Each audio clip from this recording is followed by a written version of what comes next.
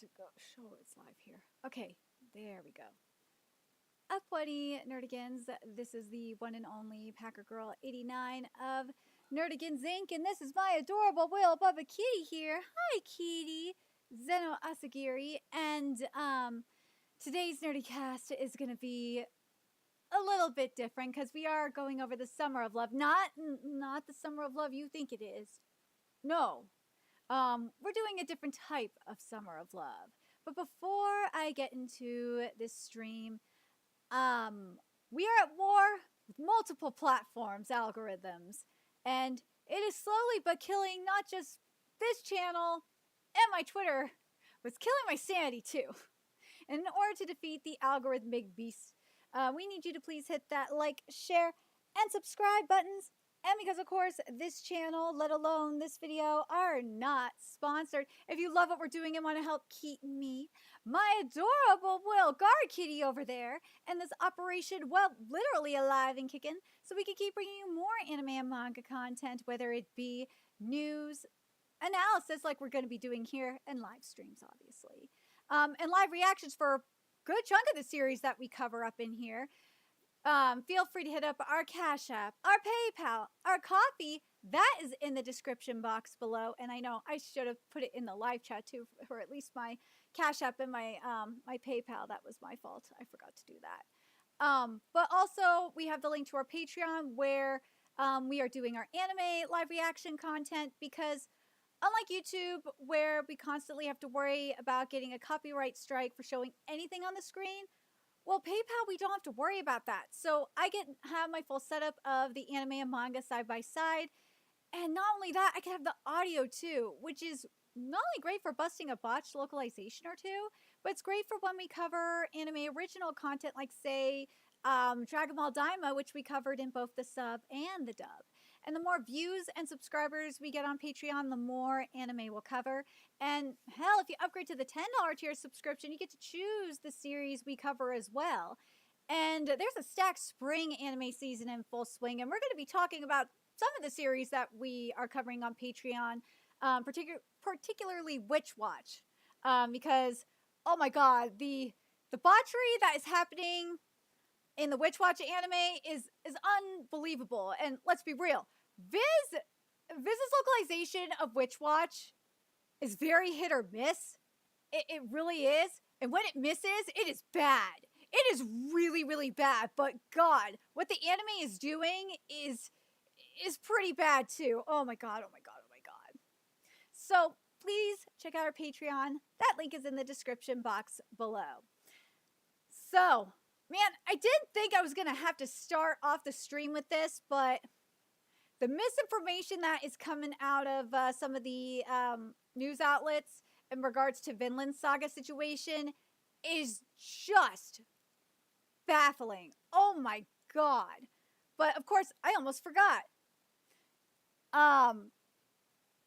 Something else that I do on these streams, if anyone is even watching anyway, is I get drunk on these streams, or I'd like to, but it's up to you guys if I get drunk or not.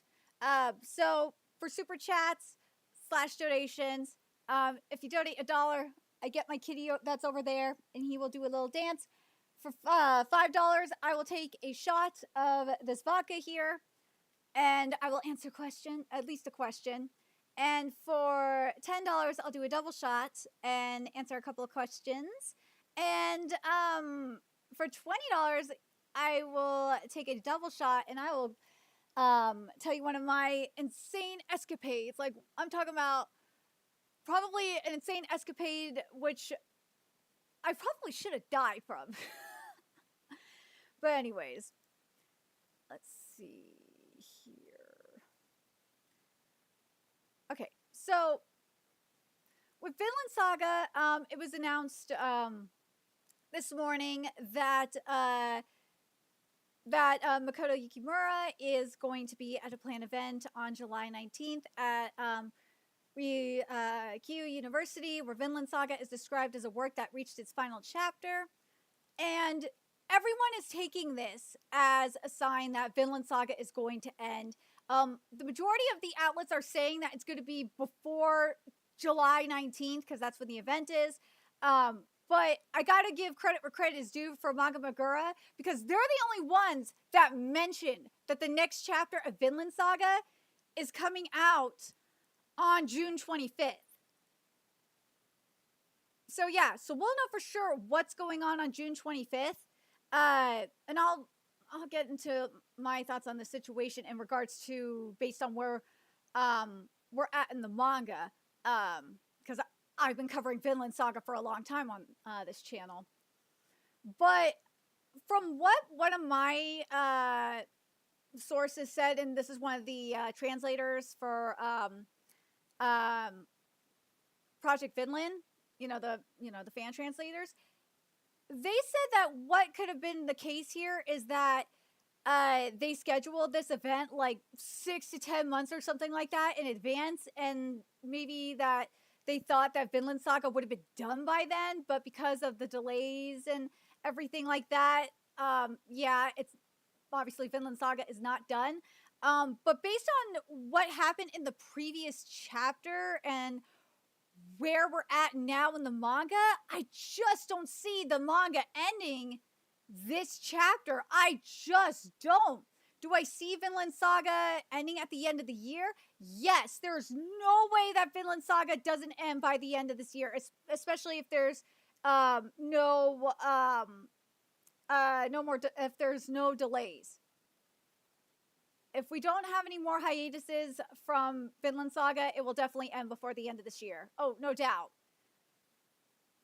But like the way people are outside of Manga Magura Ri, who again, I give credit where credit is due, outside of them, everyone is acting like it's going to end before July 19th. And it's like, dude, you're not even going to say when the fucking day of the chapter is? If anything, if it doesn't end June 25th, it would more than likely, if there's like maybe, including this chapter, like 2 chapters left, then it would be July 25th. But based on what like Makoto has said on Twitter, like and shit, I really don't think it's going to end this chapter. I just don't see it. Because Makoto would have said something. Yukimura Sensei would have said something if Vinland Saga was going to end. There's just no doubt in my mind that that would have ended this chapter. I just don't see it. I don't see it ending. I just don't see it. But let me know what you guys think. Do you guys think that based on, especially if you're a Vinland Saga reader, do you guys see that, do you guys see Vinland Saga ending on June 25th? Or do you think that this is a lot of bait happening here, like I do? I feel like this is a lot of engagement farming that we're seeing here. And yeah, I'm so sick of it. I'm so sick of the engagement farming that is happening. Personally, I really am. Let me do this. This will be a lot easier.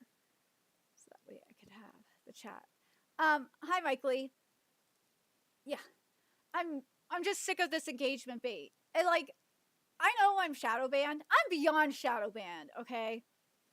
And I know that being a rage bait grifter would have had the local morality police here watching you, police officer watching me. I know if I was a rage bait grifter, I wouldn't be having this issue, probably. But I'm not that kind of person. No. These people, I swear, these people piss me off. They do. But I'm really happy. I'm glad that, for the most part. And I'm very see, I am getting organized today. So, as you can see, we got a lot to talk about. We do. But before, well, we're going to talk about Kagurabachi because we do have news that came out yesterday about, speaking of hiatuses, the mangaka Kagurabachi Hokuzono, they got Kagurabachi this week is on hiatus, sudden hiatus because of Hokuzono's health, and I'm worried. I am I've lost count on how many mangaka have had health issues this year. Some series have gone on to, like, oh my god, in whether it's indefinite hiatus. Oh god, how many series have gone on indefinite hiatus this year? I've lost count. Oh, thank you, Mike Lee. I appreciate that. But yeah, there's been a lot of series going on hiatus due to author health. I mean, well, World Trigger is a goddamn given. World Trigger, that's just gonna be what it is. I mean, Rurouni Kenshin Hokkaido arc is on indefinite hiatus because of Watsuki's health. Watsuki is not doing very well. We saw Dark Gathering go on hiatus for a minute because of the mangaka's health. We saw Aedo Exorcist go on hiatus for a bit because of the mangaka's health. We saw Madosehe no Slave go on hiatus. Madosehe no Slave is on hiatus right now. What's the other one? We'll get into Black Lagoon in a second because the mangaka of Black Lagoon kind of gave us an update on what's going on. Because Black Lagoon and also Drifters too, those series, like, it's just insane, the release schedule for those series. It's just sporadic. But Kagurabachi has started to grow on me a little bit. Like, I was very hesitant on it at first, but Kagurabachi has really, for me, become like the people were saying Kimetsu no Yaiba. Nah, it's not. It will not. Elusive Samurai is has been the new Kimetsu no Yaiba, and this will never be the new Elusive Samurai. That's just how it is. The Kagurabachi to me is more, and I think it's because of Hirohiko being so much like Mahito as well. But I think this is more like, this is more or less taking up Kagurabachi is more or less taking up Jujutsu Kaisen's spot in Weekly Shonen Jump. I thought it was going to be Ultimate Exorcist Kyoshi, but I think Kagurabachi has. But there's one problem I have with Kagurabachi, and let's get, since I'm mentioning it, let's get into this. Is the problem I'm having with Kagurabachi is the lack of stakes. And the thing that sucks about it is Hokuzono has set up some really good stuff here. Like the stuff with the sword bearers and everything. The consequence, yes, obviously there's spoilers. But Hokuzono has set up some really good stuff, like with the sword bearers, like being connected to the sword master. And once the sword master dies, then all the sword bearers die. But with how Samura is able to, like, kind of say, no, never mind, because he's freaking OP, it's like, really? Why are you erasing everything that you just set up? It's very frustrating. I get very annoyed. Damn it, computer, you had to fall. I'm sorry. Stupid computer. But yeah,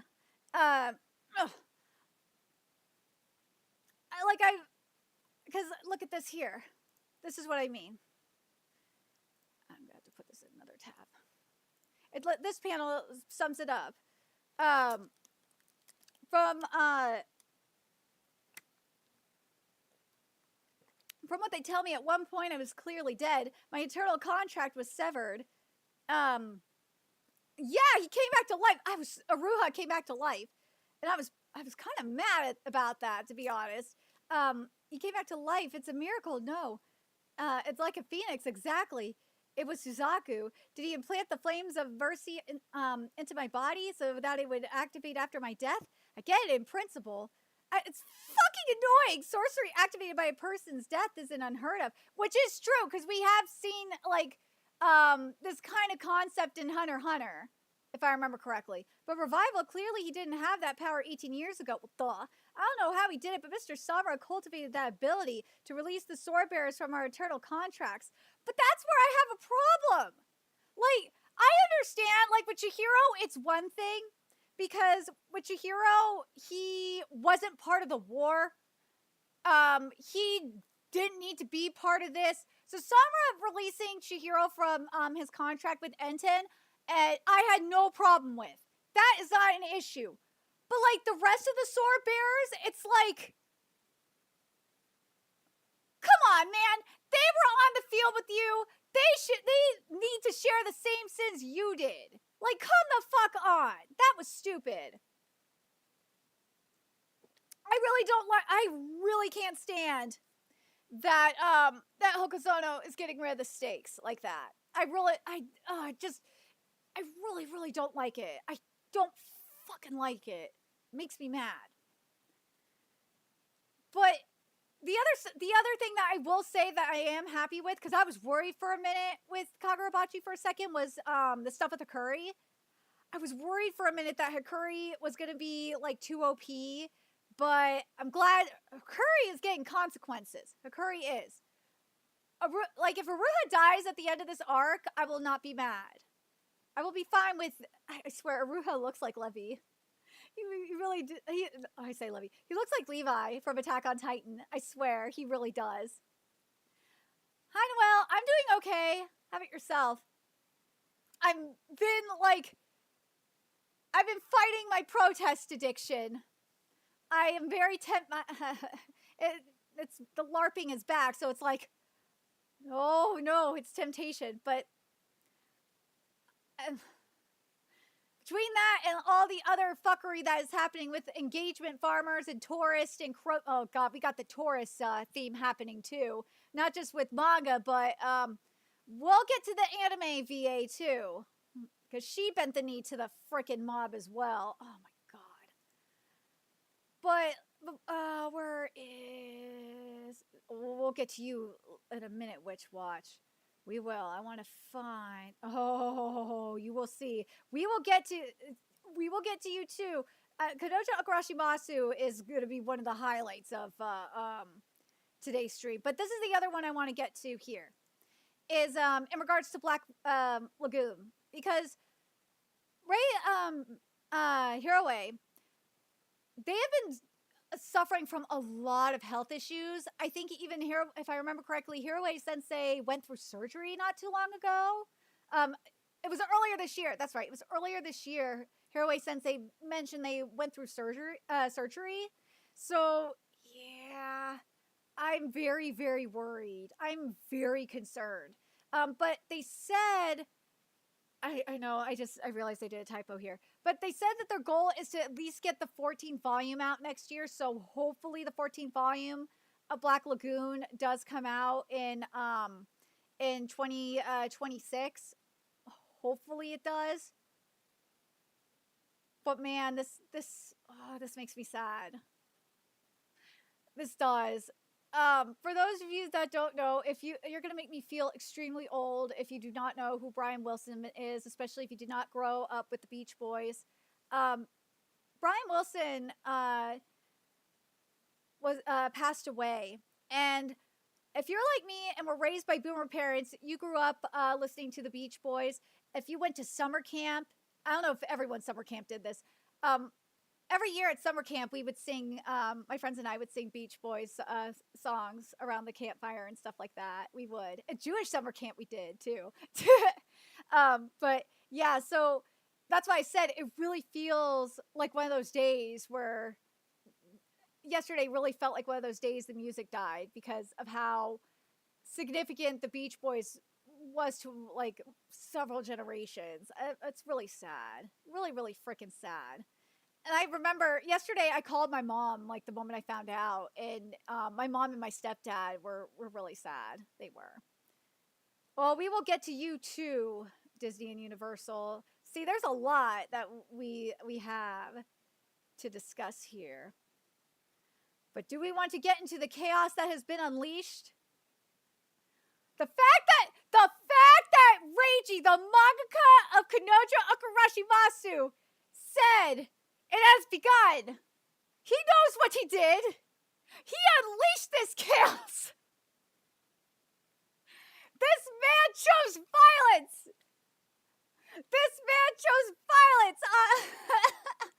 The fact that no one is talking about like how this man chose violence is unbelievable. How is no one? No, you know what it is? The majority of people that are talking about Kanojo Okarishimasu are either engagement farmers / tourists Yeah, they're either engagement farmers or tourists. I've never read the series. And it's fucking annoying me. I'm talking about the Western fandom anyway. But like, dude, this man chose violence. He chose violence! Oh, and it gets better. Where's the other tweet that I have from him? Where are you, tweet? I know I got another one from Reiji, because I saw it and I was dying. I was dying. Where are you, Reiji? I know I have it here somewhere. Oh yeah, oh, we will get to you. This is it. He said this! I drew it myself and was surprised! This man chose violence! The fact that he's saying that it has begun, and he drew this chapter himself, and he was surprised by Kanojo Okarishimasu chapter 380. I just am like, what? Okay, let's get into Kanojo, since I brought up Reiji. Let's get into it. So, Kanojo Okarishimasu chapter 380, aka Rent a Girlfriend chapter 380. Fuck you, I'm not paying the money for this. I'm shadow banned, fucker. But this arc was getting so good. The arc that this was in, we were on the date arc with Chizuru and Kazuya, and everything was going so well. It was. And you know, at the prior chapter, Chizuru said that, and I want you guys to keep this in mind, because I don't think anyone else is bringing it up but me, is that prior to her saying all this, and prior to them like going out on the going outside, they got seriously drunk. They were drunk. They were powered on liquid courage going here. Okay, so they're out there, and Chizuru, you know, is starting to say her shit, and she says that I think I might be in love with you. And everyone, this was in 379, and it's like, oh my god. This is me too. I was like, oh my god, she said it. She said it! She said it! Finally, she said it! But then, Reiji chose violence! He chose violence! Because Chizuru said that, you know, she's putting her career ahead first, and she even showed that, you know, she still had the ring that Kazuya's family gave her, or, you know, Kazuya's mom gave her, and she's like, I can't put it on yet. I'm not ready for it. I'm like, Kazuya's not asking you to marry him, you fucking retard. Like, what's wrong with you? Seriously. Also, share the stream, because no one's gonna be talking about this chapter like I am, because I'm gonna be like kind of bringing in a couple of other elements here. I'm gonna bring in like Yamori, the content with Yamori that we had recently. I'm also gonna bring in something that Sayuri said to Chizuru, like in a flashback prior to her dying. So make sure you guys are sharing this out, because this needs to be said. Because no one else is going to talk about it like me. God, I wish I was, damn it. I wish I was getting a freaking shot while I was saying this. But I'm not going to drink my vodka until I get a donation or a super chat. So it is what it is. But anyways, so she's saying this. She apologizes. Oh, with Sid Craft? Noelle, I am so sad. Speaking of, Sid Craft Final Reasoning is ending this week. I am not happy about that either. I love Sid Craft. I do. I'm sad that it is ending this week. I'm covering it from start to finish. I love this series. I love it. I'm not, at least it's getting it's gonna have an okay ending. But man, I saw the vision. I did. And I'm just going to say this about Sid. Sid is and I've said this before, Sid has fallen under what I call the Ron Kamonohashi curse. Because what I think Shueisha's been trying to do for the longest time is try to find Weekly Shonen Jump's like version of Ron Kamonohashi, and every time they do it, it fails every damn time. Whether it was the smartphone manga, ITLC, and now this, and it's just like, dude, Sid Craft was probably the best one out of the three so far, and yeah, it fell under the curse. It did. This manga would have probably been a lot better in Jump Plus. I don't think it was a Weekly Shonen Jump manga. I don't think so. I think this was more of a Jump Plus series. But anyways, let me get back into my little thing on Kanojo Okarishimasu here. I know, it sucks. It sucks it's ending this week. I'm not happy about it either. Yeah, it's Super Psychic Policeman Chojo ended last week. Sid is ending this week. Embers, I think, is ending the week after. And then Star of Beethoven is going to end week after that, because we're in axing season and 4 are getting axed. And then the new series, we talked about this last week, and this was a major choice. Shueisha, I don't know what the fuck you're thinking with this. 3 out of the 4 new series coming into Weekly Shonen Jump in this batch are sports series. What the fuck are you thinking? So stupid. So dumb. And from what I'm seeing through the grapevine, people are like, with Oder, I'll get to Oder a little bit later, but yeah, Oder is having some problems too. I don't know if Oder's gonna survive, because it's having the same problems that Red Hood did. But anyways, in regards to Kanojo Okarishimasu, yeah, Reiji, you chose violence with this, man. You did. This was after all the fuckery. And like, you made it sound like Kazuya was asking her to marry him. It's like, no, he wasn't. He was not doing that shit. He was not asking her to marry him or anything like that. No. And like, it's just like a huge what the fuck moment. It was. It really was. But I'm going to go back to, where is it? I think it was down here. This is from, this is a while ago. This is a flashback that that Chizuru had right before Sayuri died. And the reason why I'm bringing this up in particular is because we already had the stuff with Chizuru mentioned about the stuff about Sayuri saying that she and Kazuya should be together. And at the end of the chapter, we had that little sign of from Sayuri kind of punishing her, let's be real. But there's this. It's this here.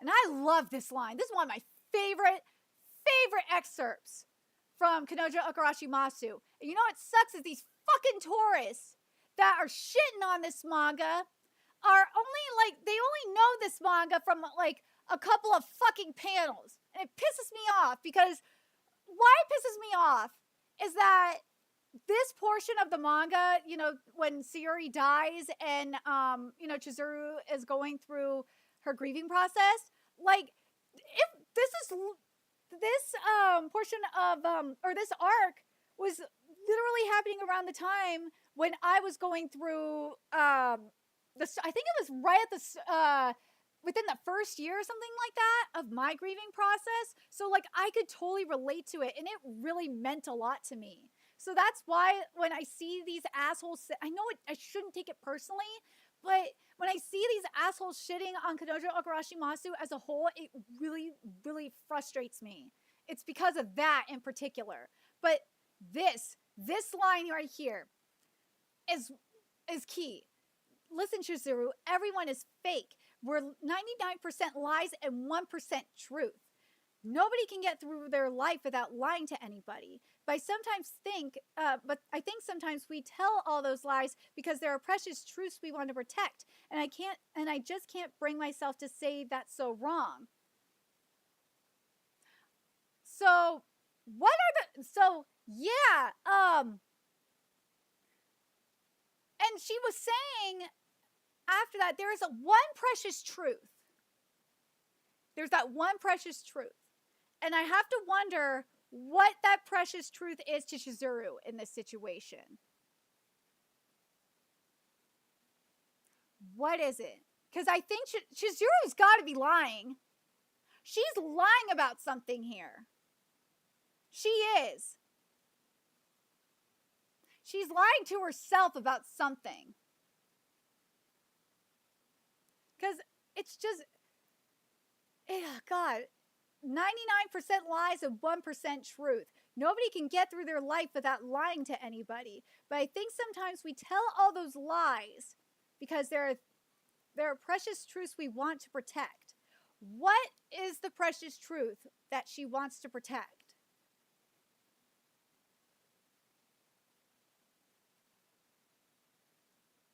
What is it?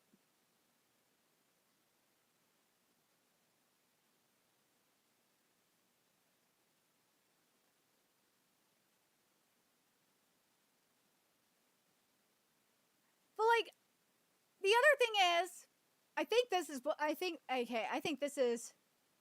what it is. I think the thing is that I think Chizuru is scared to be vulnerable, in all honesty, because she said, remember what she said? She said she hasn't cried since. She hasn't cried since that day with Kazuya, and this was like chapters ago. But yeah, she hasn't cried since. So she's scared to be vulnerable. I think that's part of it. She's scared. She's scared to commit. A lot of women are.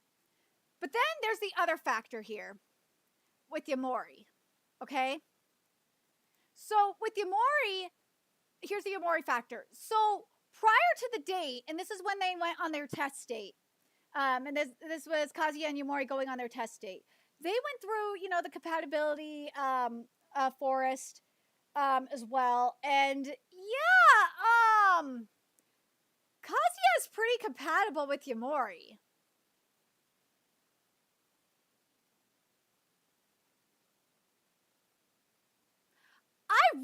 I swear to God, Reiji, I love Yamori. That's my waifu. But I do not want Kazuya getting with her. I'm scared for that. People saying that this chapter... No, stop it! The people that are bitching about Gotoba no Hanayome's ending being bad are just pissed off that Yotsuba won. Even though Yotsuba's writing was the writing was just fine. Yotsuba was endgame from the start. The people that are pissed off about it are just mad that their waifu didn't win. That's what it is. They're fucking stupid. Gotoba no Hanayome's, I cover Gotoba no Hanayome, so I know this. They're fucking stupid. They're just being salty that their waifu didn't win. That's what it is. They're stupid. This chapter, the problem I'm having with this chapter is that you had all this buildup for this. What I compared this to in my live reaction was I compared it to Skip Beat, okay? Because Skip Beat were in a very similar situation with Kyoka and Ren Saruga, where they've confessed to each other, okay? They know they like each other, but Kyoka doesn't think that she's good enough for Ren because her career is not as in the right place, and she doesn't want the press to think that she's using him. She doesn't to prop up her career. And she told Ren straight up, she's like, when I feel like I'm good enough for you, then we could be together. And that's what she's working on. She wants to feel like she has the confidence enough to have that confidence to be with him. And I think that's fair. It is. And Skip Beat is still going. I gotta catch up with Skip Beat because what happened was the scanlation fell behind. Or the scanlation was missing chapters, so that's why I fell behind on it. But Skip Beat, I think, the reason why I compare it to Skip Beat is because you have Chizuru who's trying to work on her career as well. And that's what she's using. And people are saying it like prostitute, blah, blah, blah.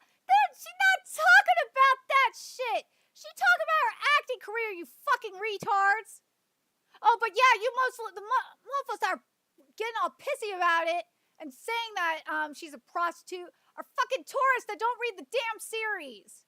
So tired of this shit, man. Oh, God. Guys are retarded. She's not talking. The only thing you can make the argument for is that she did say that she would quit her job for the right person. The other thing is, and people are, again, I have to point it out, they are drunk.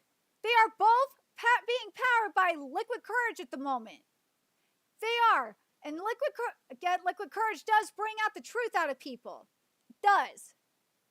It does. So it's going to be interesting to see if they remember anything the next morning, because they drink a lot. They drink a lot of stuff, and they did a big no-no by mixing beer with hard alcohol. That's a no-no. That's a drinking no-no. You don't do that shit. Nah. You don't mix that. Why would you do that? That was stupid. But I swear to God, I swear, if Kazuya ends up with Yamori, I'm going to hate life. Do not do that to me, Reiji. I love Yamori. That is my girl. That is my waifu. But like, no, she deserves better. But just seeing her a couple of chapters ago, talking about the date and everything, I'm just like, Reiji, what are you doing? Are you trying to say that Kazuya gonna get with Yamori? Don't do that to me. You had this all set up, and it was going perfectly. That's the thing that pissed everyone off, though, is this is unlike Kotoba no Hanayome, okay? Where it was set up perfectly for Yotsuba. That was set up in the writing perfectly for Yotsuba. This is not. This is not where it's set. Well, you can make the argument that maybe you could have it say that it's somewhat set up pretty well for Yabori. But no, this has been set up from the very goddamn start that Kazuya gonna get with Chizuru. That's what it's been from the start.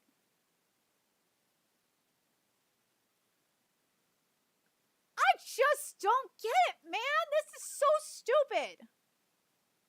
Reichi knows he caused chaos. He knows he did it. He fucking tweeted that. He said it's begun. He said he didn't even know. He said he was surprised by this shit. And he drew it. Seriously, Reichi, you need to get your wife on this one. Because if you have read the Shuichi Family Children, which if you have not, why?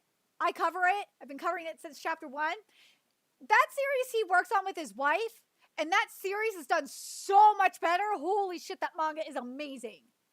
He needs to get his wife working on this one, I swear. I do. I swear to God. Look at this shit. Look at this shit. See, look at that. Stop reading when the pool chapter. The pool chapter was so retarded. Like, people are so got so pissy about the pool chapter. But let's talk about a base chapter here. Let's talk about a base series here. Because I could not believe that people are not... I don't know what is going on about with Grand Blue. Like, why people are just not reading Grand Blue. Or maybe it's just me not... like, am I like the only person covering Grand Blue or something? Seriously, am I like the only person covering Grand Blue? Because I posted to Chibi Review's tweet. I was like, yeah, at least Chisa and Iori got married. So shippers are still winning. And everyone's like, what? I'm like, does no one just read Grand Blue or something? But the better ship here, let's be real, this happened like about a year ago. We got Koei and Aina. I remember when this happened. I was calling this shit for the longest time. I remember people in my comments were giving me shit for this. But yeah, it happened. And I was so happy. I love it. I love it. Look at that. Look at my boy Koei. My boy Koei is just everything. I love Koei and Aina. I do. But That was a year ago. This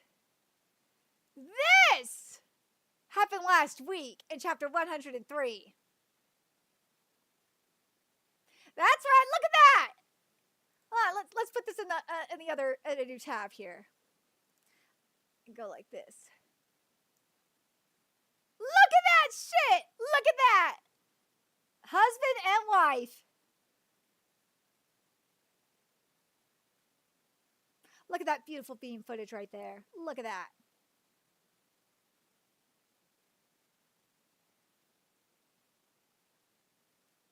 It is beautiful, isn't it? Grand Blue just stays winning. It stays winning. It is peak fiction. Peak goddamn fiction, this manga is. It really is. I love this manga so much. It is one of my favorite series. I love Grand Blue. I love this series. If you are not reading Grand Blue, why? This is peak. This is goddamn peak. Goddamn peak this manga is.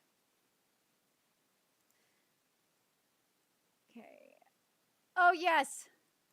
Look at this. Goddess Cafe Terrace had its 200 chapter. And look what Koji blessed us with.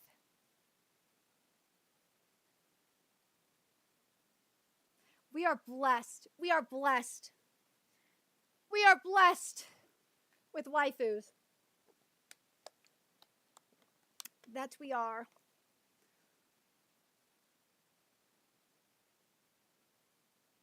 Oh, a second here. Not blessed with super chats though, or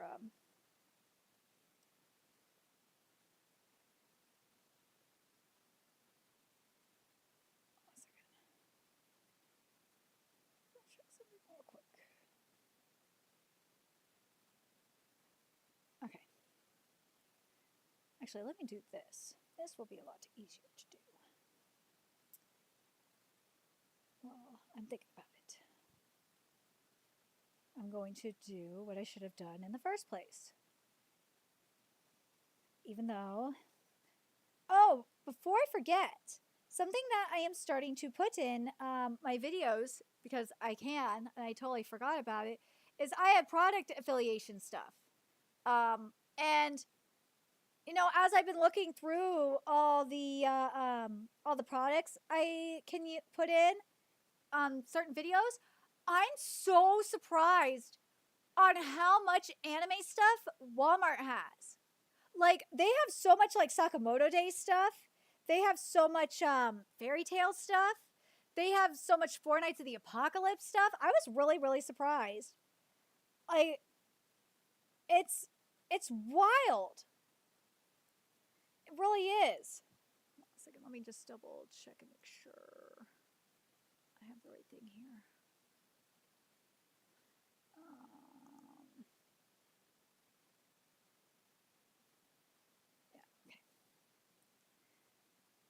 And I'm not just talking about like manga or whatnot. I'm talking about like shirts, sweatshirts, blankets. It's crazy. Let me get this pin. Oh, come on. There we go. But it's crazy. It really is. It's wild. Like, I couldn't believe how much stuff I found at Walmart. And also Books a Million and stuff like that. And if you do buy any of the products on the affiliated links that I have on any of the videos that I'm putting that I have in my videos, I get some money from it. And I try to find, for like the manga volumes and stuff like that, I try to find the latest volume that's out. Like, for example, like Kagurabachi, I found like the latest volume that's coming out. So yeah, but anyways, but yes, God bless you, Koji, and your peakness for that. We'll get to you, but still, that chaos, man, that chaos that he has sowed. You know what? Because we mentioned Elusive Samurai, So the Elusive Samurai, there are rumors through the grapevine that the Elusive Samurai is going to end. Some people are saying this year. I don't think it's going to be this year.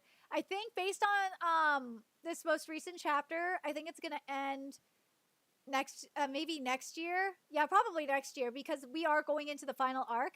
But God, this chapter was so epic because of this line right here, because of this page. Gemba is fucking everything. An ordinary person soon bows to convention because he was saying like you can't win against like because you're a normal person, you can't win against like a real freak like Takuji. And it's because of this. An ordinary person soon bows to convention, but a real pervert never cools, bows, or hesitates. They do what they want no matter what. That's why you lost to the spoiled brat, and that's why you'll lose to Takuji too. Were you complimenting me? I love this manga so much. If you are not reading The Elusive Samurai, why? Because that manga is, I've been saying it ever since it started, because it started literally right after Kimetsu no Yaiba ended. That is the true new Kimetsu no Yaiba. It's been the new Kimetsu no Yaiba. But, oh gosh, all right. We should we'll get into the debauchery of it all soon. We will. I'll cover you in a little bit. But let's cover this bit of censorship real quick. This irritated the hell out of me. Toei is going for kids. They are removing the bird. Why? I have no idea. Yeah, this is not for kids. This is the actual version that was aired in Japan. And the thing that's weird about this, and this is something that like we see in Vigilante Boku no Hero Academia Legals with Pop Step's outfit. We see it in we saw it in Bleach, which is in a late night slot. One Piece is in a later slot. So it's like, why are you pulling a 4Kids when it's in a later slot? It makes no goddamn sense. I don't understand it, man. I really don't.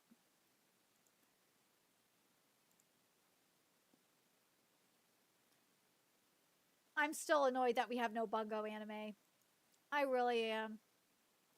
If you have not seen this is peak. This is the epitome of sports manga. It's not Blue Lock, which we will talk about in a bit. It's not Diamond Ace. Captain Tsubasa, I know. I still need to do all my Captain Tsubasa content. I need to just do it. Captain Tsubasa will forever be special, and same with Prince of Tennis. But I'm talking about modern sports manga. The epitome of modern sports manga is Bungo. Look at that brilliance right there. Look at that shit. And it is hand-drawn. I talk to the mangaka of Bungo from time to time. And the mangaka actually posts their artistic process as well. So you could see how much effort they put into it. It's just into their art. It is just incredible. Bungo is what Diamond Ace, Act 2 especially, should have been.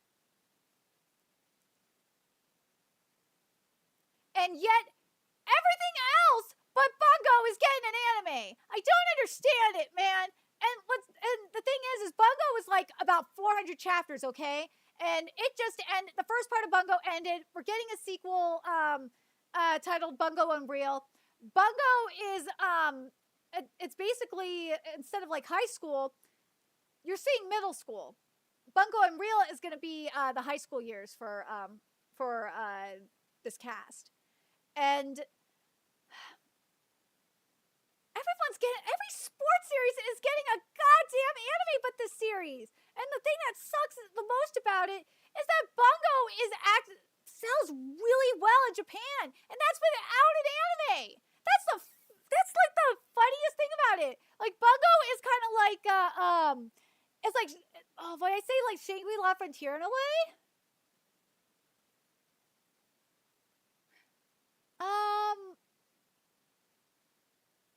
Yeah, because Shangri-La Frontier was selling really well without an anime too. It really was. Shangri-La Frontier was selling well without an anime. Suzuno Freirun was selling really well without an anime too. But yeah, Bungo sells really well without an anime. It does. Imagine if it got like an anime from Madhouse. Oh my god, if Madhouse did that, I swear. It has to be the Diamond Ace team at Madhouse that animates Bungo. If it is any other team, I will fucking hate life. Because that's what Bungo deserves. Bungo deserves the best. Mappa should never touch the series. No, Mappa should never ever touch this series. But the reason why I'm getting so annoyed is look at this. The MLB is getting anime, and fucking Bungo still can't get it. How is this happening? How the hell does the actual MLB get anime before Bungo? I don't get it. It's not fair. I hate life. But seriously, go read Bungo. Even if you don't like sports series, well, you should. I didn't think I would like sports manga as much as I did until I started reading them. But yeah, Bungo is that girl. I love Bungo. I do. That manga is amazing. If this art does not convince you to go read Bungo, I have plenty of other art that will. But this art is just, oh my god, this art is heaven. It is fucking heaven. I love Bungo so much. But the other thing before we get into these chapters here, because we already got into Kanojo Okarishimasu, but I'll probably get, if more people hop in, because there's not even that many people in chat and watching this anyway, which makes me kind of sad, because I work really hard on these streams. But of course, I'm goddamn shadow banned, so story of my life. But anyways, so over the past week, we saw Comics Wave film founder Norita Kawaguchi say this, and I lost it because it's so true. When asked what role he expects Toho to play in the future, this is what Kawaguchi said, because Toho acquired them. So Crunchyroll is doing its best, but Japanese anime still hasn't fully reached America. Toho has acquired G-Kids and also owns Toho International. I want them to continue working hard on distribution for North America, and by becoming another major force, engage them in healthy competition. Well, there's a kind of a problem here with this. Hollywood's not going to let you become competition. Hollywood is not letting the anime industry boom. Hollywood and hell, even America in general, they don't take anime, and let alone animation seriously. Like, you have directors like Guillermo del Toro trying to change that mindset. You have people trying to change that mindset, but so it's going to be you would think by now it would have changed, considering how much anime and how popular anime is now. But no, it's not. That mindset has yet to change. And you could tell this is the case by the lack of marketing of anime movies. And also you could tell how this mindset is by how SAG-AFTRA treats voice actors. They treat voice actors like shit. They do. Voice actors are at the bottom of the totem pole. So when I see voice actors stick up for SAG-AFTRA, I'm like, you guys are fucking stupid. They don't give a crap about you. If they did give a crap about voice actors, you would be getting jobs. You wouldn't be losing jobs to Hollywood A-listers. You wouldn't be losing jobs to shitty rappers like Ice Spice.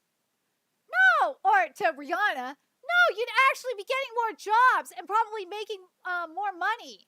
These fuckers don't care about you. They would rather have you lose your jobs to AI at this point. That's what it feels like. But I digress.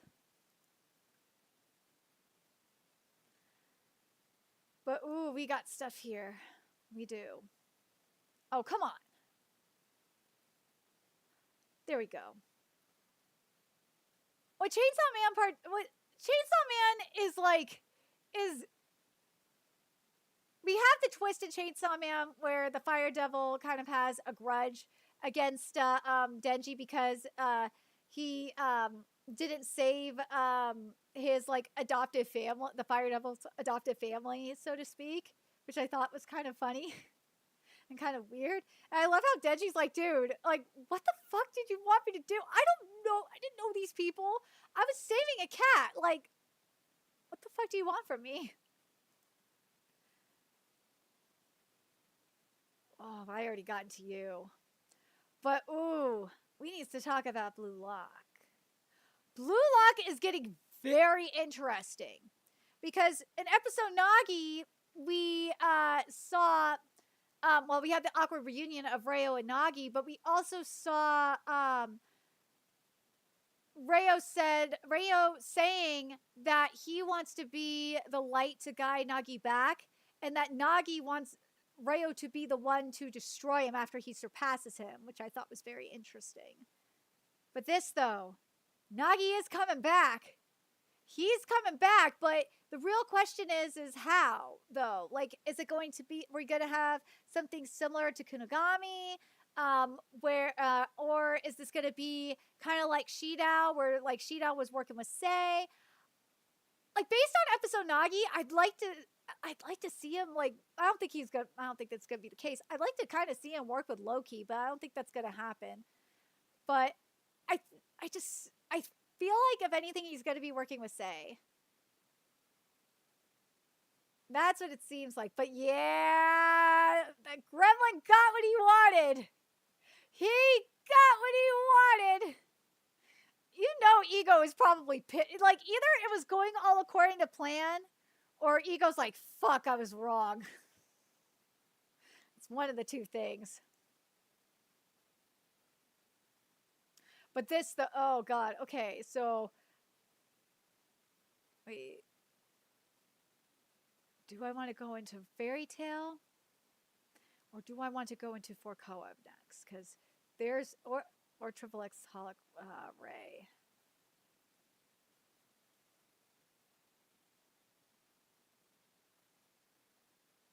I think I'm going to do this. First of all, if you are not reading Four Nights of the Apocalypse, why? Because unlike, say, Kanojo Okarishimasu, the ships be shipping here, for one thing. We got Tristan and Isolde. Yeah, we got Tristan and Isolde! They're so cute! Oh my god, they're so cute!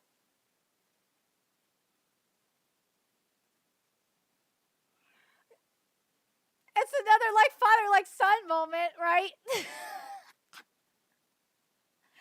It really is. I'm really happy that that Tristan, again, you have to deal with spoilers because, yeah. But I'm really glad that it was Tristan and not Percival that healed Isolde. I would have been furious if it was Percival that healed her. And it's just, God, they're so cute. They are so goddamn cute together. I love them. I do. And it's a goddamn shame more people aren't reading for Koa. And of course, you know why? It's because it's the same people that are shitting on Kanojo Okarishimasu are the same people that are calling Nanatsu no Taizai 7 Deadly Pedos and refuse to read Nanatsu no Taizai or Four Nights of the Apocalypse. Because, man, Nakaba is straight up cooking. Nakaba has been cooking with Furkoa since the freaking start. He has! Oh my god! And then we got... Dude, like, after the fight, though... First of all, we had the shit with the other Isolde, too, which was great. But then...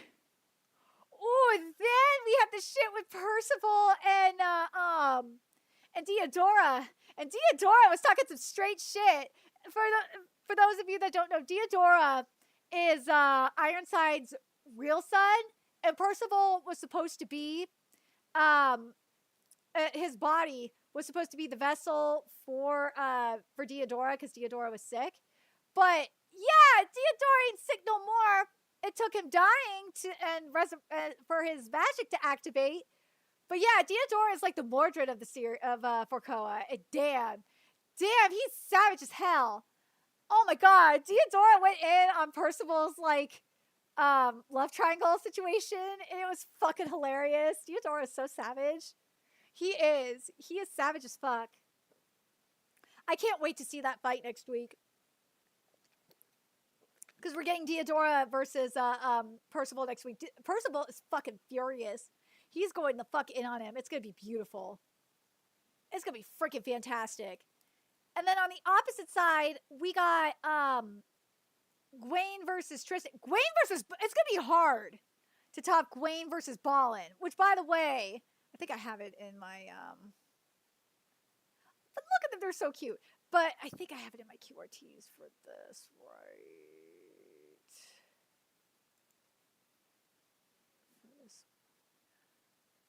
Let me make sure I'm right on this. No, it's not this one. It's the other one. I think it's this one. But look at them! They're so cute! That's Gwaine and Ballin. And Ballin, like, after Gwaine beat Ballin, like, Ballin basically proposed to her. And Gwaine is fucking clueless. And Gwaine is a lesbian too. And Gwaine's fucking clueless. And she thought that Ballin meant be like her minion. So that's what, and she said she's gonna abuse him and whatnot. But yeah, but like, look at them. They're just so cute. So yeah, we got the Escanor Merlin dynamic here. And yeah, Gwaine is, we don't know how Gwaine is the child of Merlin and Escanor yet, but yeah, she is. But God, but look at them. They are just so cute together. They're so adorable. Like, I love Gwaine and Ballin together. Like, if Gwaine turns bisexual because of Ballin, I will not be mad. They are goddamn cute. They're so cute. You cannot hate that ship, the possible ship that's happening. They're so cute. They are just goddamn cute. But besides that, but yeah, so it will be really hard to top Gwaine versus Ballin. But the other thing is we found out that Bellatripe is speaking of Escanor, is Escanor's brother.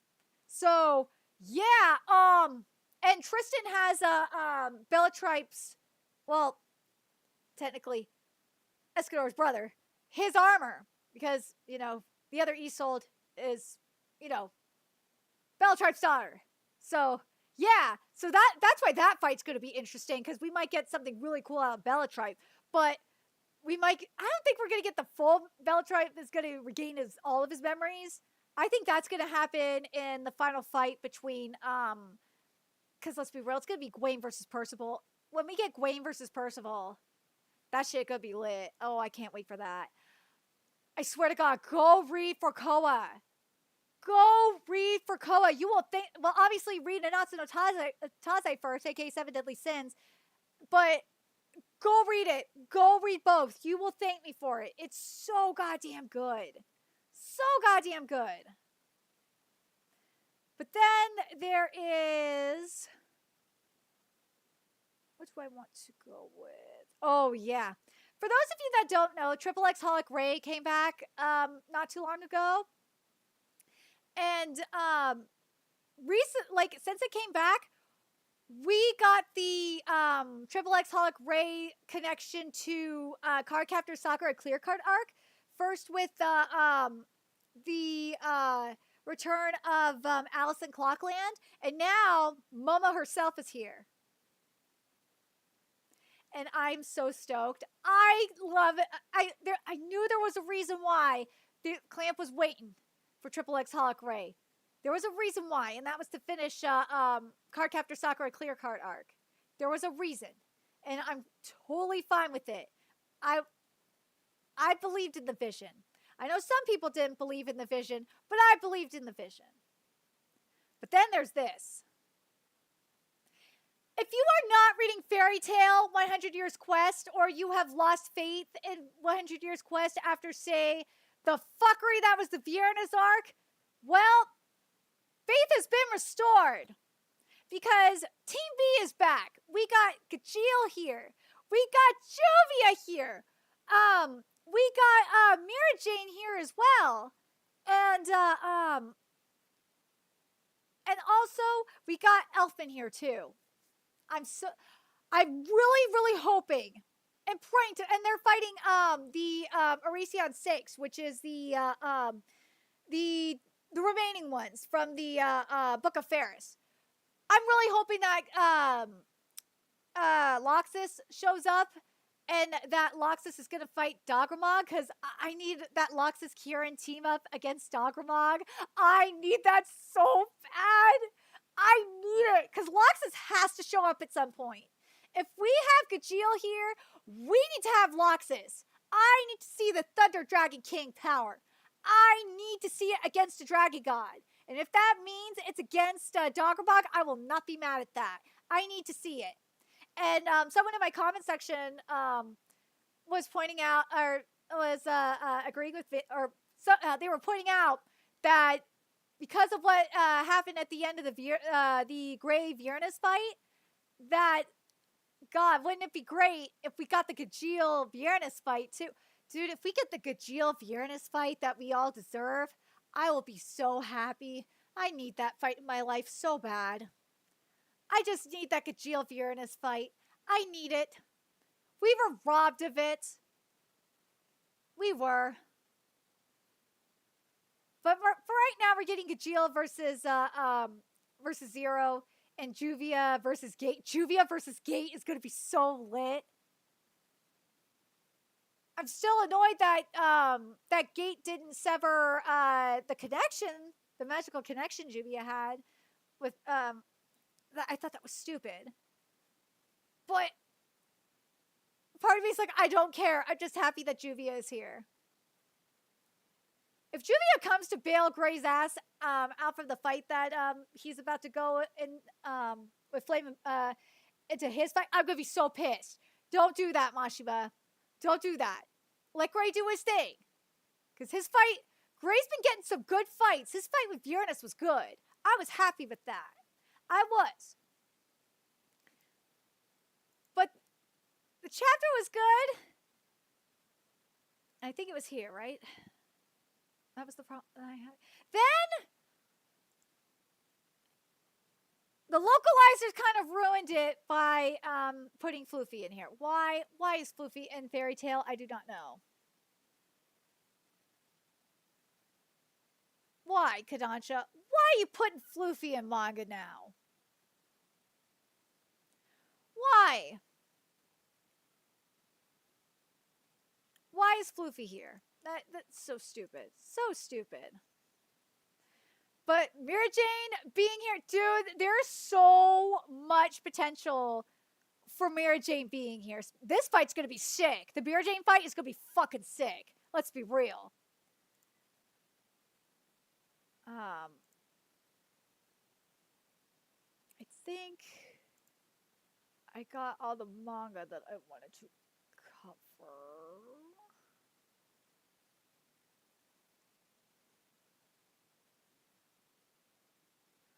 Yeah, I think I got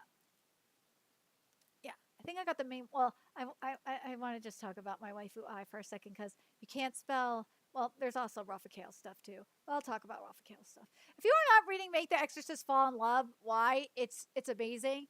I think Make the Exorcist Fall in Love is getting really close to its final arc as well, because we are with Lucifer. And Lucifer is putting his insane plan into action. The only thing that's bothering me is the fact that Lucifer is putting his angelic power to purify. Basically, what he's doing is he's trying to cause the demons to evolve into like a higher being kind of thing. And you would think because of all this angelic power, attempting to purifying and evolve the demons and Gehenna, you would think that like the other demon lords and especially Satan would come down and see what the fuck is going on. But they're not, and it's just like a huge what the fuck. That's the main thing that's bothering me. But other than that, Make the Exorcist Fall in Love is really, really goddamn good. But my waifu. You can't spell waifu without I. I love seeing I hard at work. We got to see how involved in her idol career she is. She's writing her own songs. She's choreography. She's doing her own choreography. Like it's insane what she does, and I love her for it. I love this. I love her. I love her. Love this girl. That's my wife. Oh yeah, I'll mention this briefly too, because fuck it. If you are not reading The Red Ranger Becomes an Adventurer in Another World, why? Because we've had romantic Sentai, romantic Egyptian Sentai, and now we have a beast Sentai. Look at that shit! This is the latest Sentai we got. The most recent chapter, and it is sick. Sick! And like, look at the transformation sequence too. God, it's so cool. I wish the animation wasn't so shitty in the anime, because it would be awesome, but it is what it is. Yeah, that's from Tuesday's chapters. But this is what I was talking about with episode Nagi, where Nagi was saying he wanted Reo to break him, and he wanted to be, and Reo wants to be Nagi's light. I say guiding light, but you know what I mean. But before I get into the insanity that's happening with the voice actress who bent the knee, I want to talk about what's going on with Witch Watch's anime. So there's a couple of things.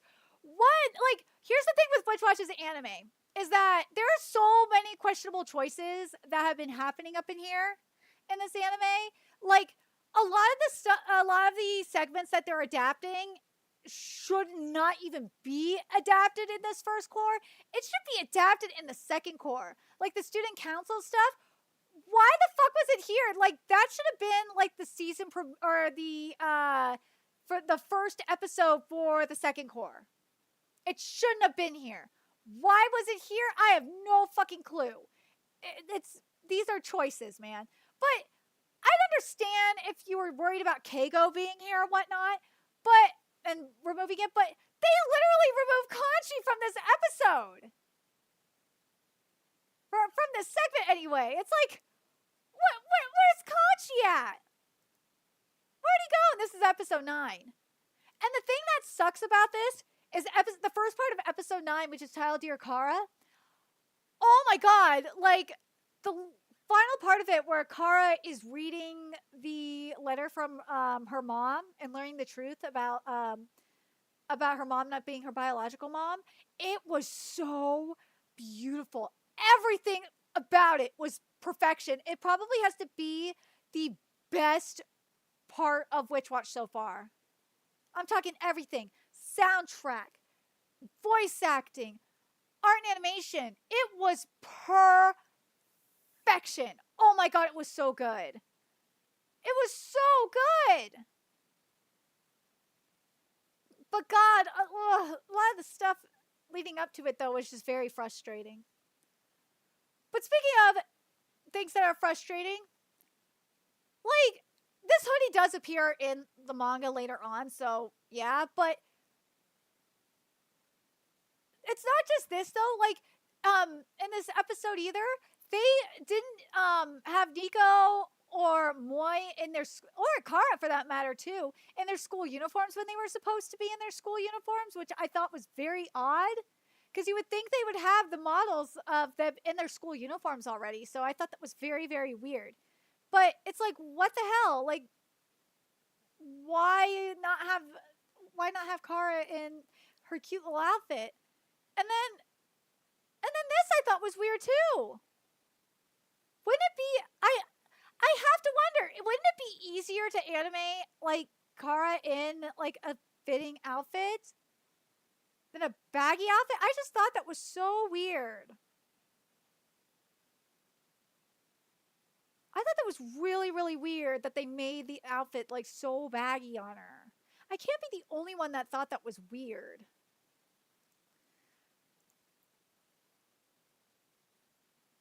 But then there was this. There was a couple of lines of the localization that was just like, oh, huge, what the fuck. There was this where this was the adaptation of chapter 36 when Nico and Moi were on their date. And the line in the manga is, I'll have to watch the actual movie again when it comes out on DVD. In the anime, it's, I'll just rewatch the movie when it comes out on Prime.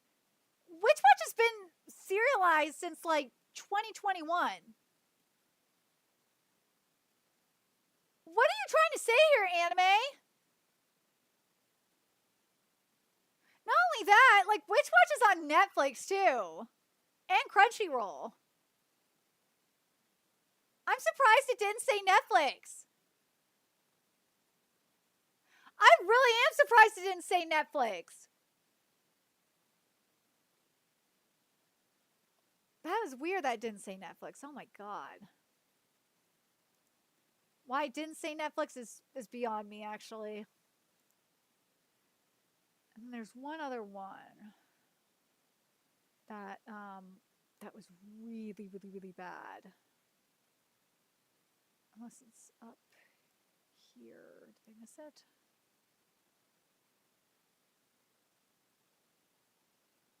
We'll get into you in a minute, TBATE. Because speaking of Netflix, it'll make sense when we get to TBATE what it means. Oh, that's not it. Here it is. Is this.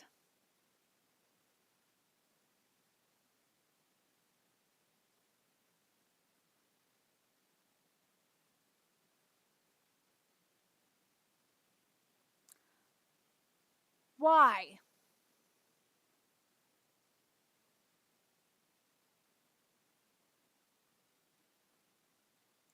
Look at this.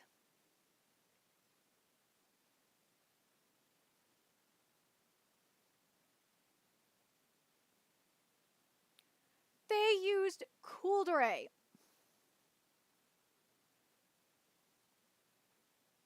Oh, Kitty passed out.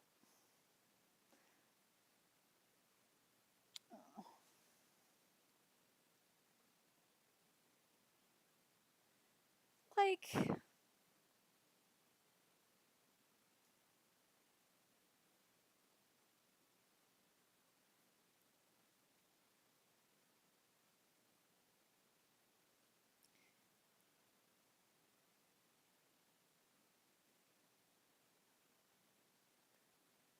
why Kudere instead of Kudere? It's just Kudere. See, it's Kudere. Even like, here's the thing. Viz rarely does translation notes, okay? And Sunder for the Sweet Lolly Sunder, that for the most part was there. But the Kudere was not. And look at that. Walali was there. I heard Walali. I did hear that. I heard, and Walali. Let me see if that's here. And they didn't include Walali in the localization, I think. Yeah, they didn't. So obviously, Walali is a style of Lolita fashion that centers around Japanese kimono, and then Kudere is a character type that is cold and blunt on the outside, but cares a lot on the inside. That's Viz that did that, and yet you put Kudere here. Why would you do that? Why Kudere?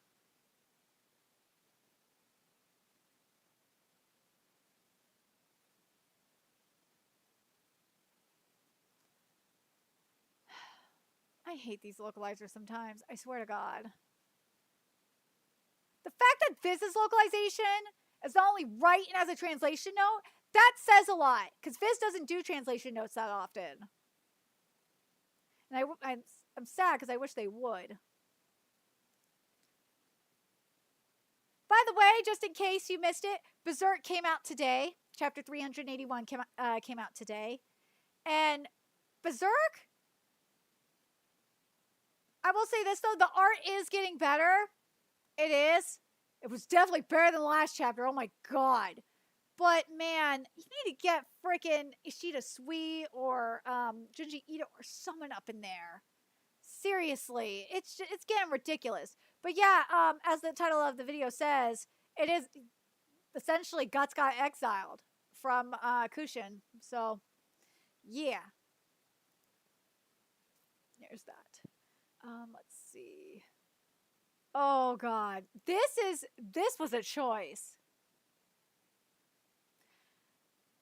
Ninja Kamui got renewed for 2 seasons. One of the most hated series got renewed for 2 seasons. This is still questionable too. Why? I do not know. And will follow a new conspiracy of cataclysmic proportions.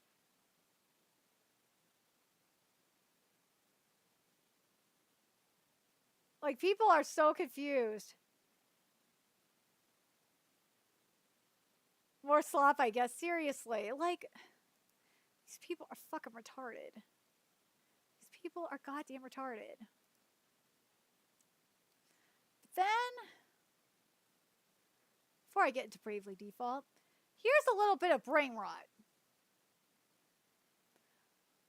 I saw this the other day and I couldn't believe that someone said this. And it just is a stark reminder of how fucked up our community is and how it is full of tourists.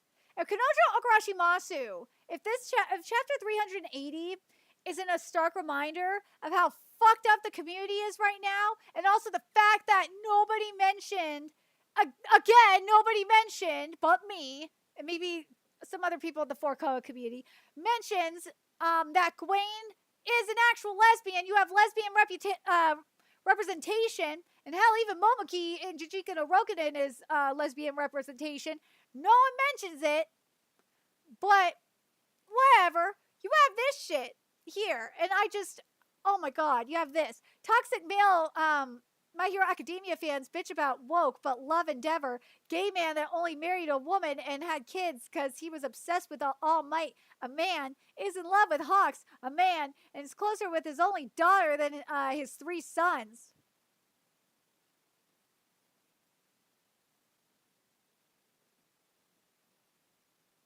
I can't with this shit. Kitty, I can't with this shit. This has to be the dumbest thing, one of the dumbest things I've ever seen on Twitter, and maybe even Reddit.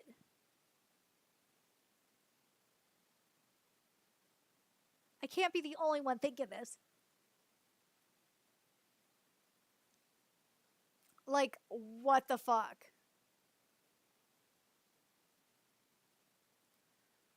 Oh my God. We will get to you in a bit.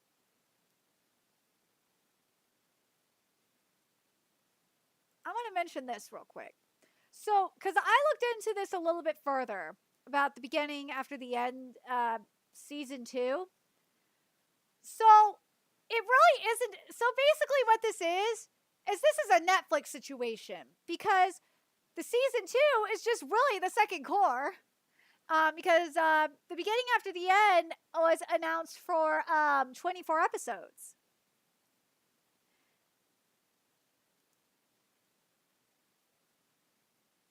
and it is returning. You fuckers at Crunchyroll, you are so stupid for that, saying that is you're saying it's returning for a second season when it's really just the second core, you fucking retards. You had everyone full, including me. They had everyone full, and then I remembered after, you know, kind of going through Reddit and shit. It's like, wait a minute.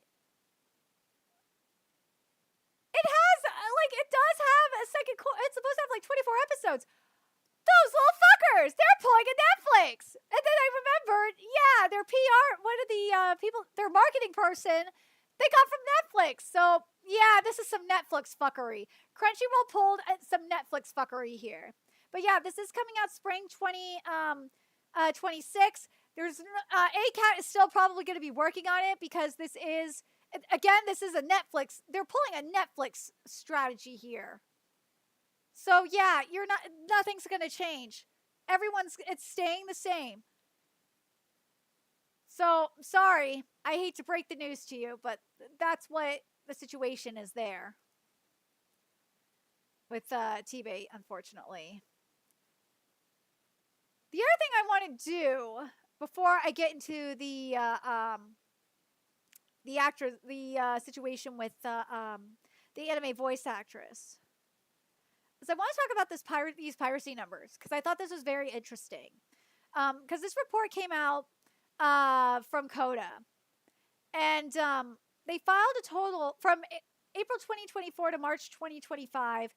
They filed a total of 677,269 requests across across 37 platforms, of which 652,071 were human generated. And of the 670,269 in total, the targeted platforms responded with 545,870 deletions for an overall compliance rate of 80.6%. Look at all that. Look at that. You got, let's pull this up here. So you got Facebook, MP4 upload. Look at that. Look at that. Even Google Video is here. So much, so much, so much, so much.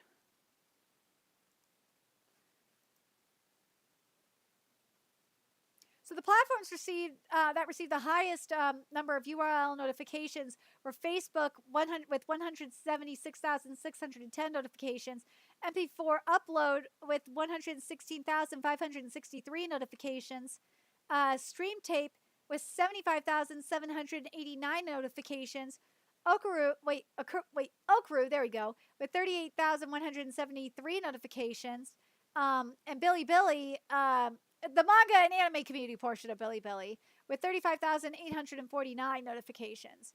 And the platforms that received the lowest number were Internet Archive, Iki, and Instagram, Himado, and Weibo.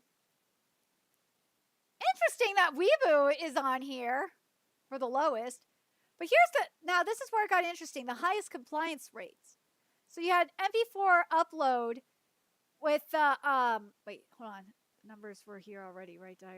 Okay, so MP4 Upload had 100% compliance. Stream Tape, Stream Tape, I already read the notifications. Stream Tape had 100% compliance. Bilibili, wait, what? It says Bilibili's numbers are different. Whatever. Where are you, Bilibili? You are on here, right? Yeah. Oh no. Bilibili, it says here, Bilibili TV is 28,485 notifications with 99.99% compliance. Oh, okay. Now I understand why it is. And then TikTok, it doesn't say here, but I looked at TikTok for the comparison. But yeah, TikTok is 14,328 notifications, 99.87% compliance. And then it also said that for Facebook, it was 93.97%. YouTube, I think, is very interesting because it was 97.84%. YouTube. So the least compliant, let's go. So the least compliant is Drama Cool with 35,214 notifications with 0% compliance. Video KVid, 12,583 notifications with 0% compliance. and 9 anime with 11,625 notifications and 0% compliance. And the other non-responding platforms include GoGo Anime, War Anime, Annie2Biz, and GoGo Anime _TV, all with 0 deletions and 0% compliance. Gotta love it, right? The pirates be pirating and not complying. Like, that's why, like, I'm just, like, I look at, the shit with the, manga decks, I'm like, you guys are stupid. Oh, let me mention this, too, as well. So, in regards to this I thought was interesting because we saw it with Toei, as well, with Toei, deciding to, invest in, a branch of, invest in a studio that does original IPs and shit like that last week. We're seeing this with Bandai Namco, which decided to change gears. They were originally investing in metaverse blockchain technology, and now they're producing more new IPs and high quality games. Thank God! Thank you! Bandai Namco, thank you! This is what we want. Please, for the love of God, just give us RPGs. We don't want fighting games. We don't want bullshit. Just give us actual RPGs and not any more fighting games. For the love of God. That's all we want. None of this blockchain bullshit. I think they did hear the fans clearly that we don't like blockchain. I think they did. The only reason why I bookmarked this one is the Disney and Universal company. The Disney and Universal have suing AI company Midjourney for copyright infringement. Is because it's like, dude, Disney, Universal, were you sleeping under a rock when we saw this shit going down with Studio Ghibli? In Japan, they said that it was like, dude, that's not copyright infringement. As long as people are doing it, basically doing it for fun and not selling it for the most part, it's not copyright infringement. People are just doing it for fun. Guys are fucking stupid. We are bringing this action today to protect the heart. Dude, they are just virtue signaling with this shit. Look at that. We are bringing this action today to protect the hard work of all the artists whose work entertains us and inspires us. Motherfucker, you are just doing this as a virtue signal. Shut up. Like, look at this. Someone said this. They're probably just suing companies they don't plan on working with in the future. We all know they're more than happy to train and use AI at the expense of artists. Duh. It's virtue signaling. It is. See, someone even pointed this out. Aren't these the two studios that liked AI? Exactly. They're virtue signaling. I call bullshit. They are virtue signaling, especially Disney, because they have AI for James Earl Jones' voice for Darth Vader. Like, you are full of shit, Disney. People see through your bullshit.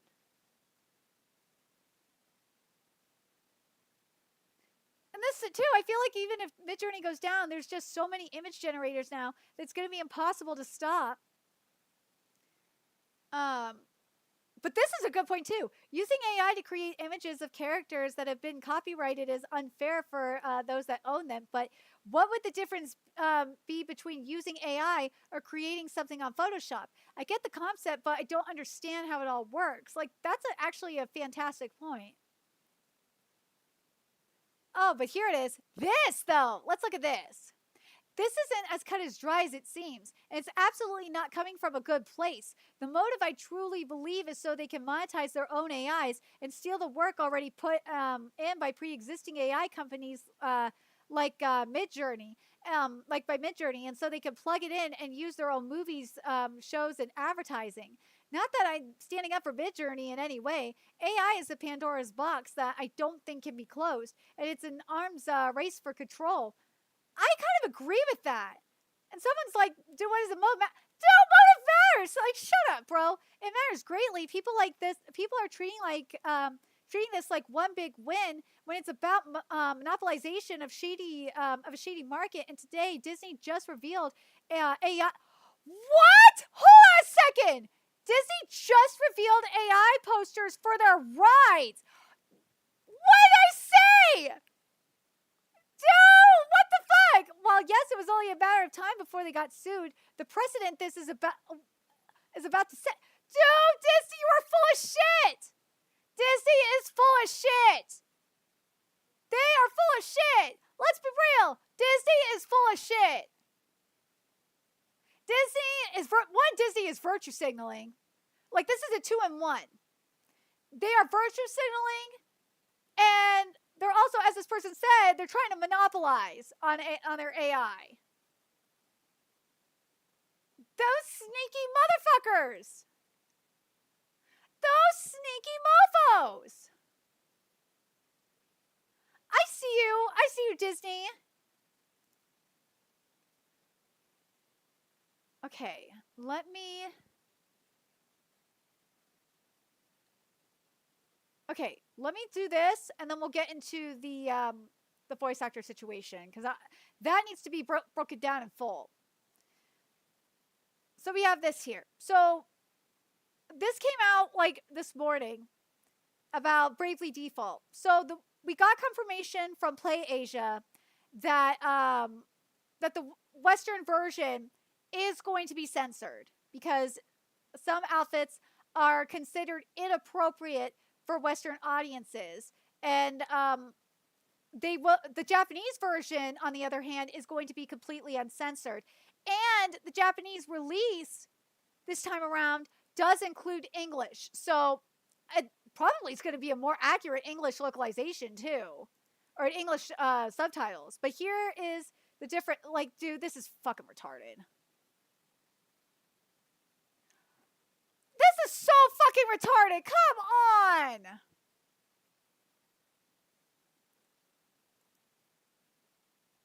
But then, here's the further clarification here. To clarify the poor wording here, the Japanese game key cards should not require a Japanese account to download. If you purchase it digitally from the Japanese eShop, then yes, you will need a Japanese account. So, yeah, when I say import, you got to import the physical release or the game card release for your Switch 2 if you're going to be buying it. But yeah, you got to import. Some of these games, you got to import physical releases. I know it's game cards, but still, you got to import. Because this is getting retarded. This really is getting fucking retarded. Okay.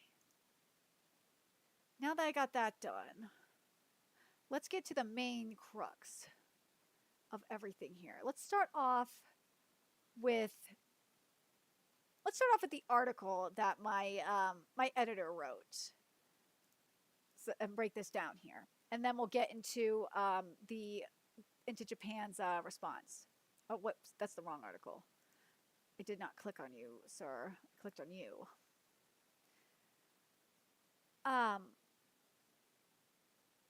So here we go. So Megumi Hayashibara, she is a voice actor that voices Rei Ayanami in Evangelion. Jessie in Pokemon, Japanese version Sage in Sonic Frontiers. She got a lot of shit because she offered her thoughts on the current state of Japan in a now deleted blog post made to her official blog as hosted by Japanese social platform Amoeba. In the opening of her post, thanks Spencer for translating it via chat GPT and all that.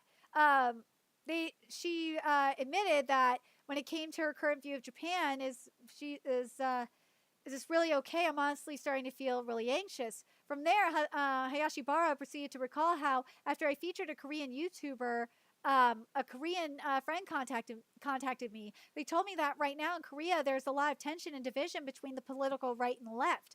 If I make a comment that seems like I support the right, it could hurt people on the left and vice versa.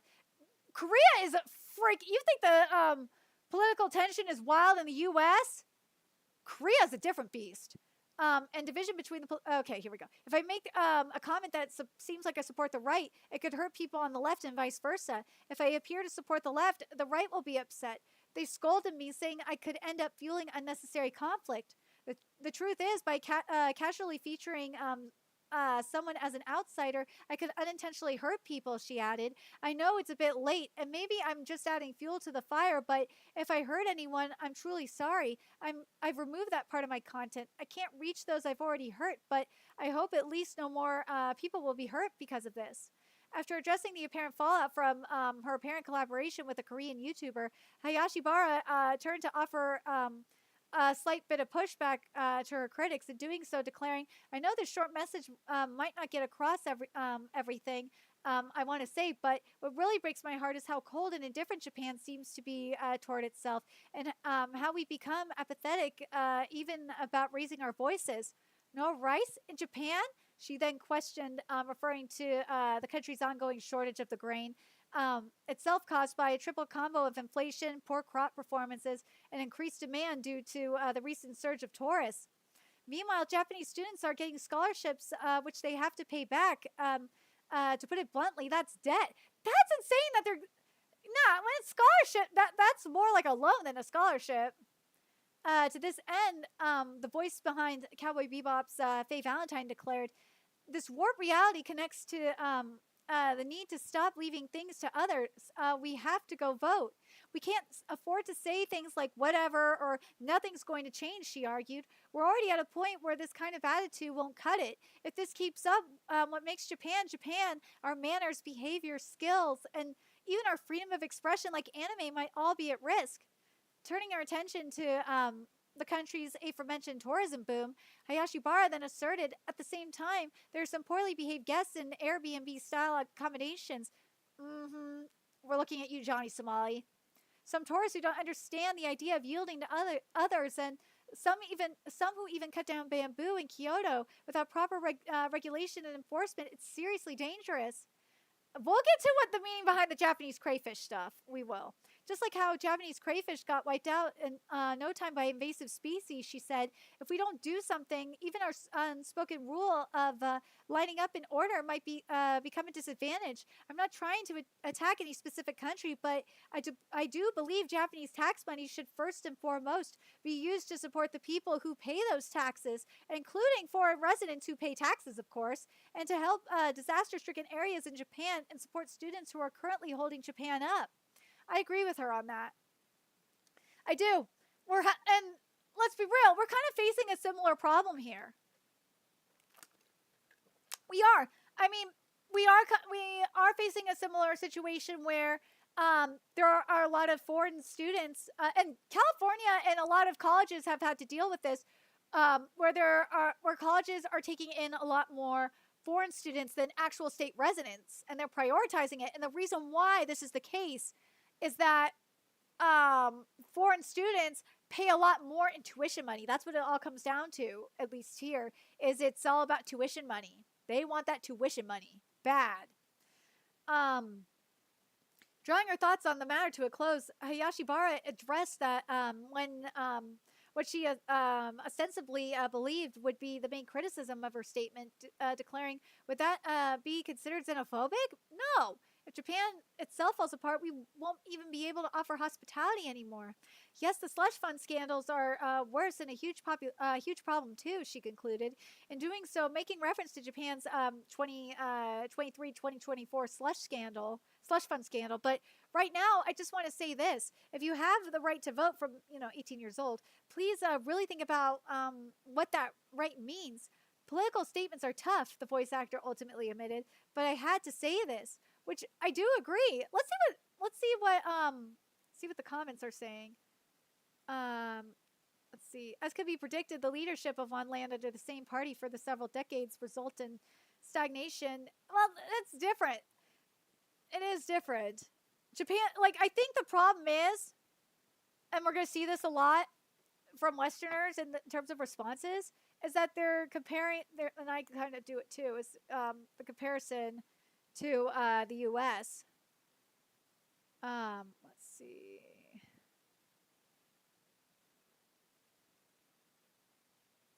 I think, yeah, okay. Let me get the first of the Japanese responses here. Here we go.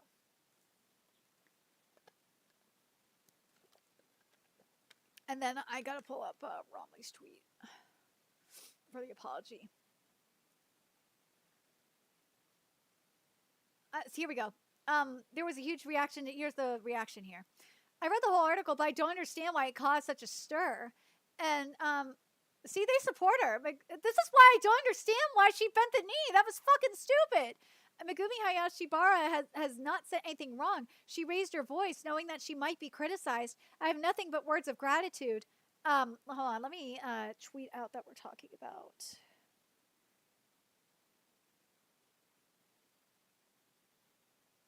One second.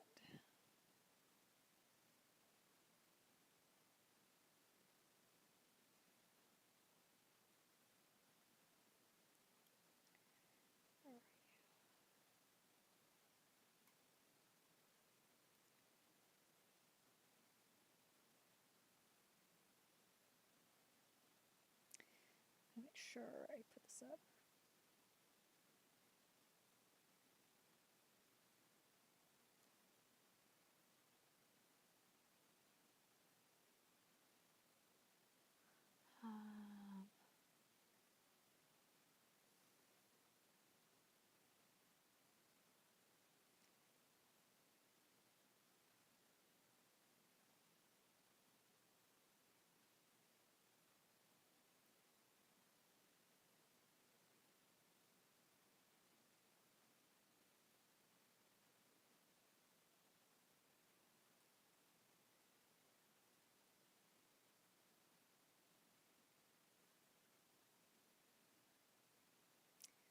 Second, I just need to do this real quick.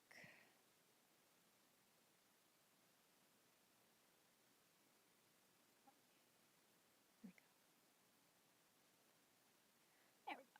Okay.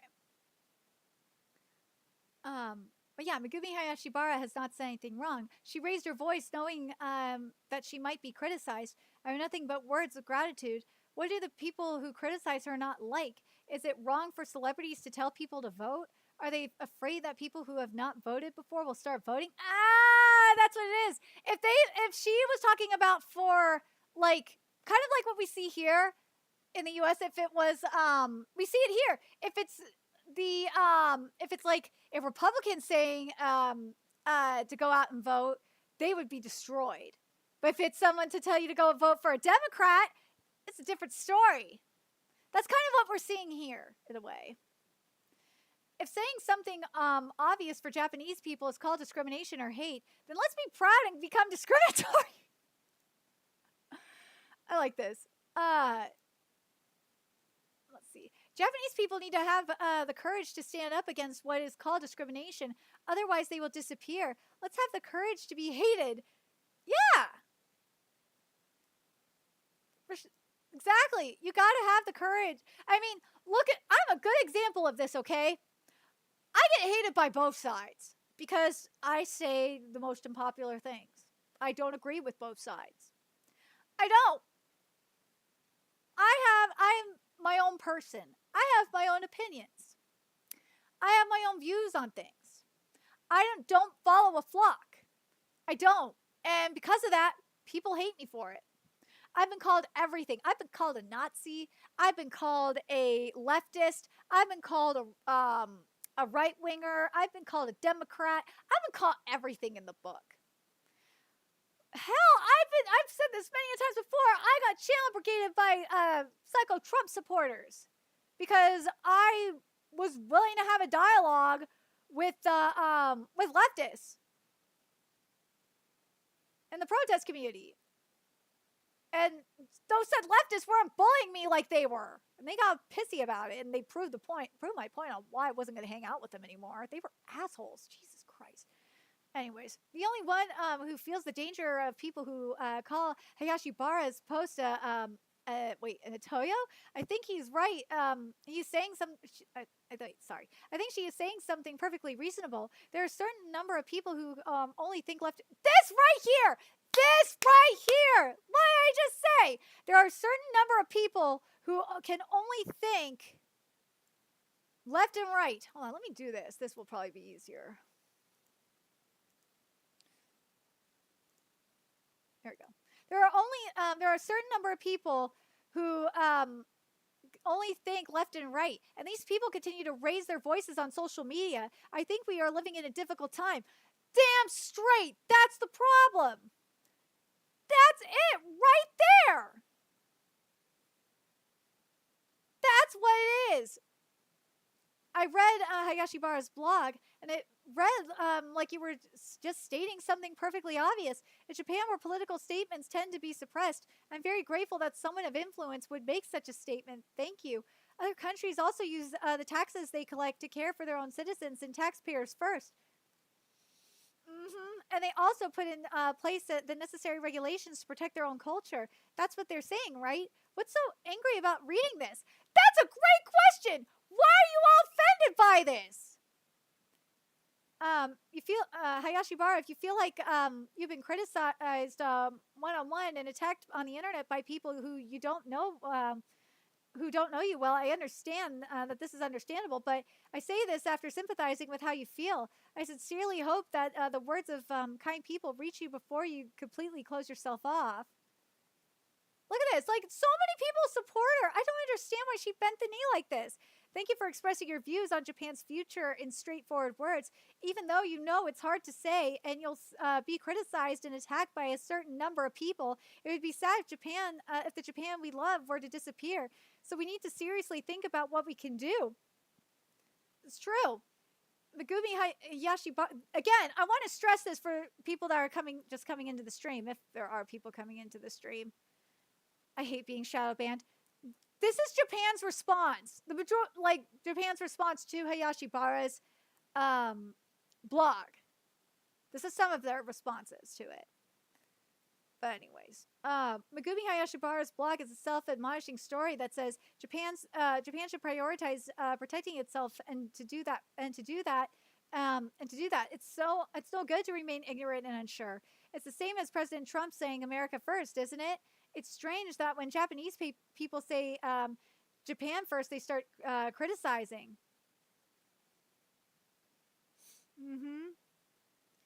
Japan has its own rules, and I want Japanese tax money to be used properly by Japanese citizens. I don't want it to be used on people who are breaking the rules or who are not kind to them. That's what it seems to say, but is it wrong? Is there something wrong with this? That's what I want to know. I didn't see anything wrong. I read the blog post. I just read it out loud. There's nothing wrong with it. This is just saying Japan exists for the Japanese people, so let's vote to protect it. So why is this causing such an uproar? It's just the most reasonable thing to say, isn't it? Isn't it just people who don't want Japan to be for the Japanese who are criticizing it? Yeah, it sounds like colonizers are the ones that are criticizing it. You know, the same ones that are attacking colonizers, the same ones that are on the same LARPers who are on the streets right now chanting "land back" or "give the land back" to the Native Americans. Those people. Yeah, kind of hypocritical, isn't it? Megusan is not wrong. Any normal Japanese person would think, would feel the same way. Would feel that way. I think the people who are making a fuss are just blindly accepting information, thinking that it doesn't concern them. Yeah, that is so true. Oh my God, that is so true. It is, and that if everyone else is looking right, they're looking right.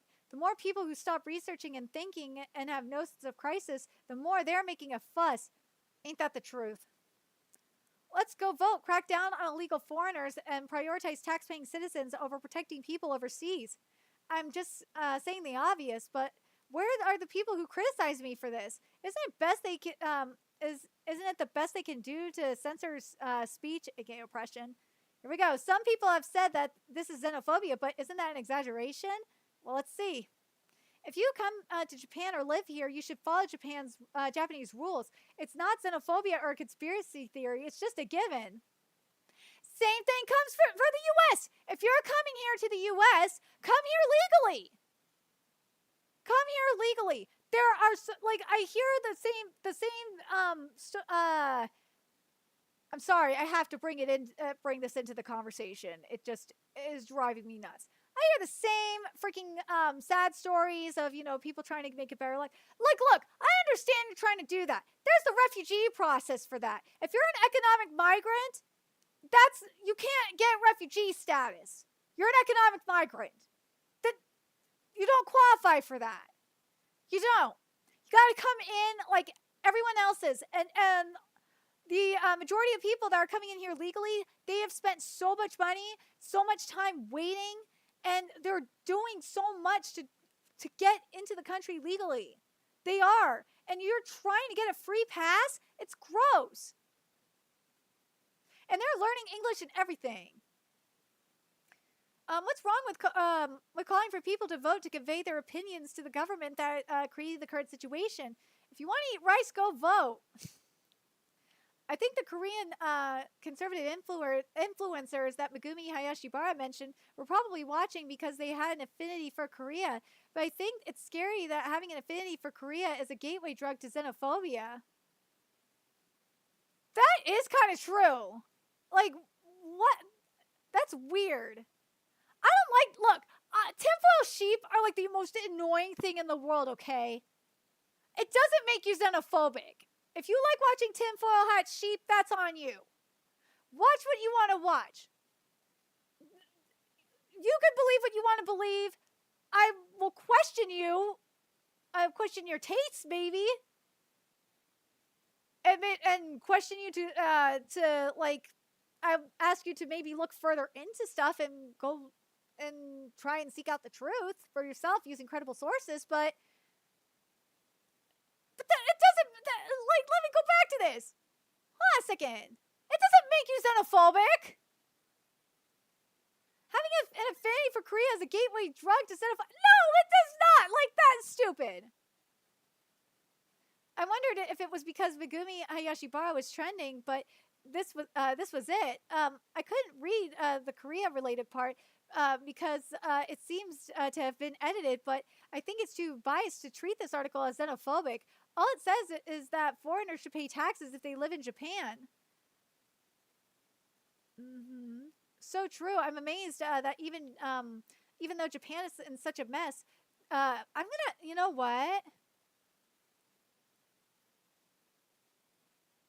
I have the original. I'm gonna double check and make sure. I probably should have done that before. Everything else is just so fucking crazy. Anyways, so true. I'm amazed that even though Japan is in such a mess, there are still people who are not interested in politics and don't even vote. Sound familiar, doesn't it?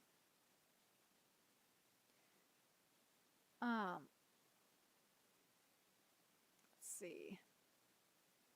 There's nothing wrong with calling for people to vote. Well, yeah, I think that messages from famous people are extremely important in getting many people to vote. Thank you for speaking out. Well, like,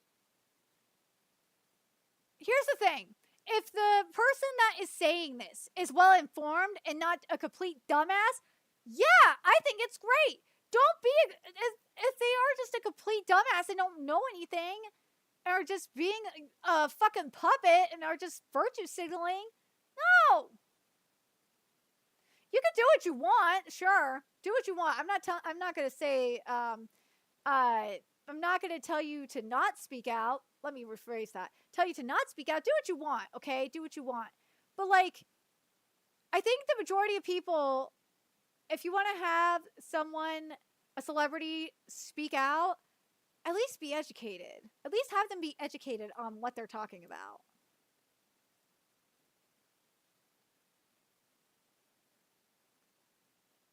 I hope that makes sense.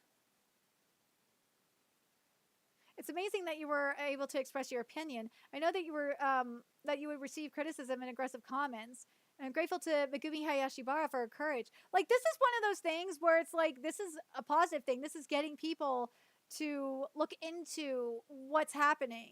Like, because there's sometimes where it's like, where celebrities speaking out, it's just like, oh my God, really?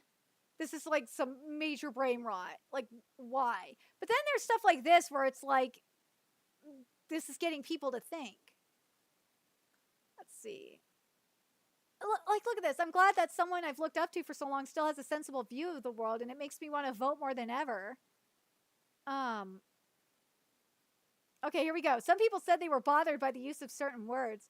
I don't know what was changed or how because I don't know the original version. But if you say that political comments are difficult, can't you say? Can't you think of think of it as a comment that concerns the dignity and respect between people? Then you wouldn't have to use words that hurt people like invasive species from that's from a fan of 20 years. But here we go. It may be presumptuous to call myself a fan of Megumi Hayashibara, but Hartful Station was my youth, and she is a voice actress. Voice actress I love, who has been very helpful to me in Pokemon, Conan, and Mankin. However, I'm very disappointed that she uses expressions likening foreigners to invasive crayfish. That was the thing that was removed. Okay, the issue. Okay, that wasn't the article that I was thinking about. Okay, the issue of invasive species and the manners of foreigners are completely separate issues and should not be mixed up. They took it fucking literally. Oh my god, that's what it was! Oh, Jesus Christ. It's called a metaphor!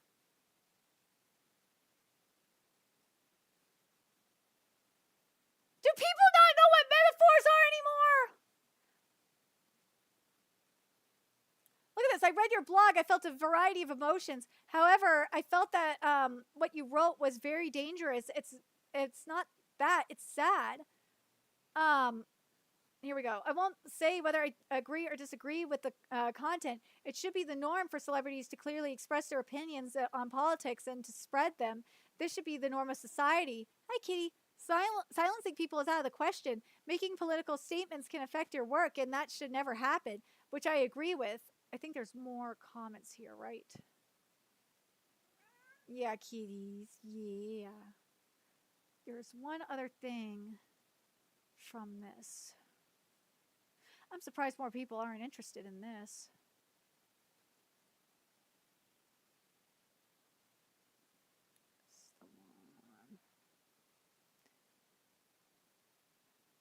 Ow, kitty! Damn it. So this is from Mr. Here we go.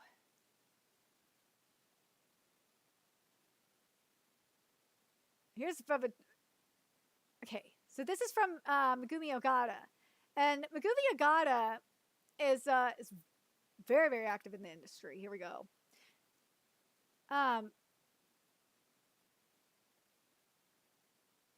Here we go. The political neutrality of EVA world was maintained by Ogata Megumi, being a leftist, and Hayashibara being a rightist. Sort of. Oh my God, no! No! Why are we doing this? It's a bit exciting that Hayashibara Megumi and Ogata Megumi seem to be polar opposites in terms of political ideology. With Ogata Megumi on the left and Hayashibara Megumi on the right, wouldn't Evangelion be just bounced? Why are we doing this? Like, come on! Alright, let's see what Ogata has to say here. It's kind of a pain, so I'll repost some of them here. People want to label everything based Ogata. People want to label everything and then try to assert their superiority. It doesn't matter what occupation they have, what educational background they have, whether they're male, female, LGBT, or whatever. What about the person as an individual? Yes, thank you! Is that person attractive to you? What has that person done? That's all. Labels male and female, right and left, young and middle-aged, Japanese and foreign, etc. We stick labels on people and confirm their affiliation and feel reassured or insulted. But does that really make us feel safe? There's no one who shares all the right opinions as us. If we are disappointed when we see differences, one day there will be no one left. Right and wrong depend on one's position. This is so based! Damn it, Kitty, you fucked with my volume. Oh my God, this is freaking based. Oh my God. And here's something important to know. I really love Megumi Hayashibara and of course Ayanami too, right? That's it. Dude, I'm going to read this again. I hope I'm going to be posting this on Twitter too. Because Megumi Ogata is 1,000,000,000% right. Here we go. Let's read this again. People want to label everything and then they try to assert their superiority. It doesn't matter what occupation they have, what educational background they have, whether they're male, female, LGBT, or whatever. What about the person as an individual? Is that person attractive to you? What has that person done? That's all. Labels, male and female, right and left, young and middle-aged, Japanese and foreign, etc. We stick labels on people to confirm their affiliation and feel reassured or insulted, but does that really make us feel safe? There's no one who shares all the same opinions as us. If we are disappointed, then disappointed when we see differences, one day there will be no one left. Right and wrong depend on one's position. This is based as fuck. This is so based. This is so based. This is so true. Yes, yes, yes. I'm posting this on Twitter later. After I'm done recording this, I'm posting this on Twitter. This needs to be seen. This needs to be freaking seen. Because Megumi Agata is 1,000,000,000% right.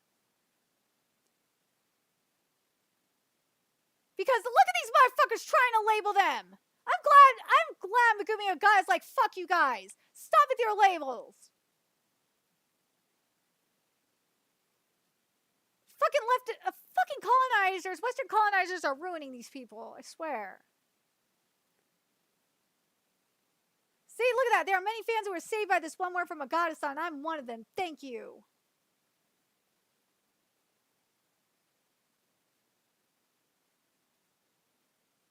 Look at that. My ideology is closer to Hayashibara's, but I admire Agata for being able to say this. Exactly. You don't have to think the same way that they do. No. You don't have to have the same political affiliation as them. No. Who fucking cares? You're your own person. You're an individual.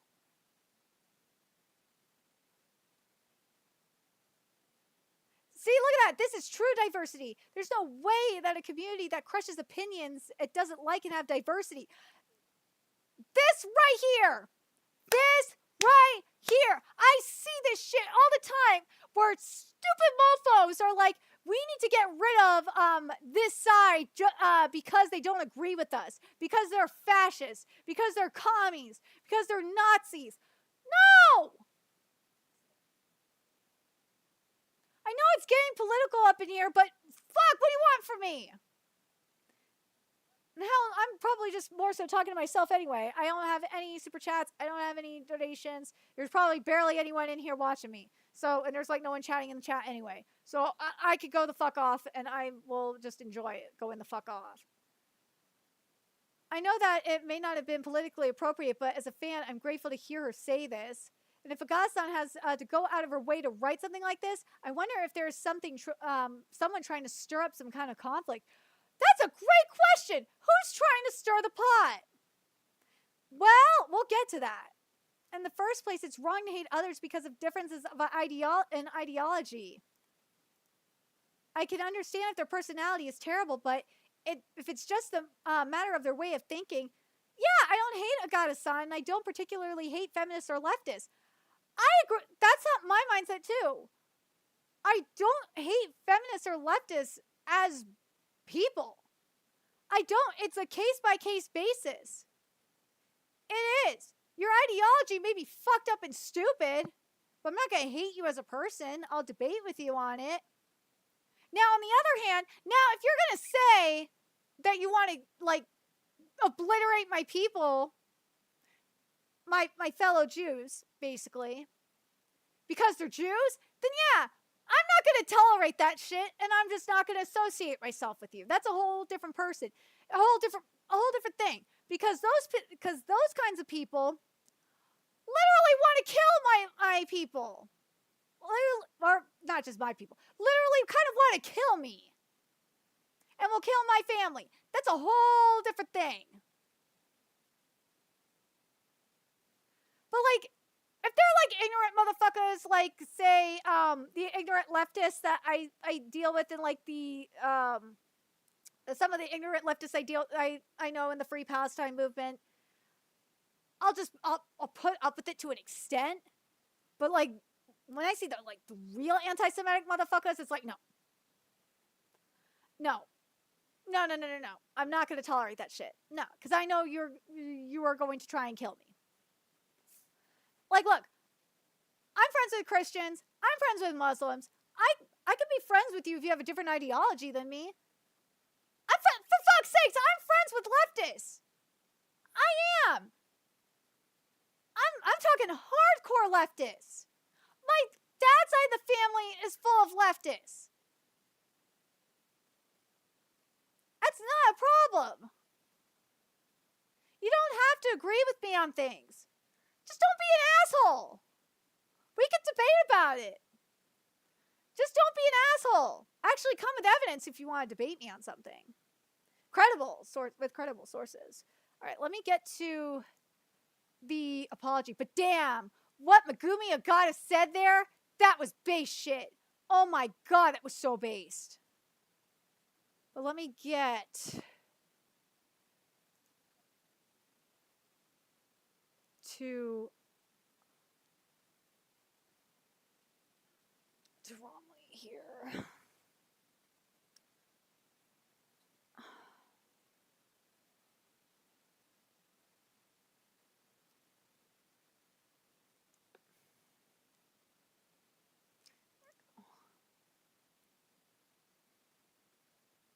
Yeah, I see you. They had it coming. I know. I know that it's trending now.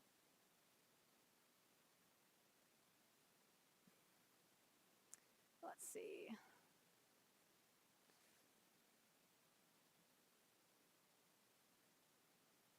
Where are you? I gotta just find this apology real quick.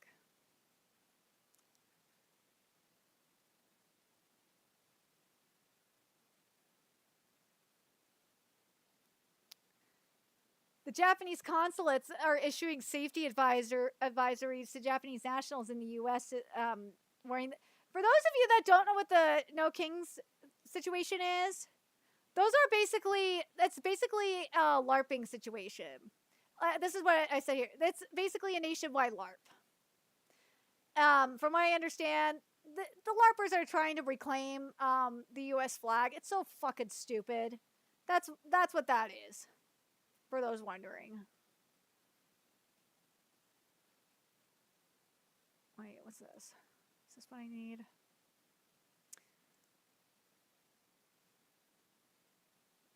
No, that's not what I need. I need the apology. And I also need the crayfish. I don't know why that bookmark didn't save for the crayfish one. I thought I had it saved, but it did not, which really annoys me.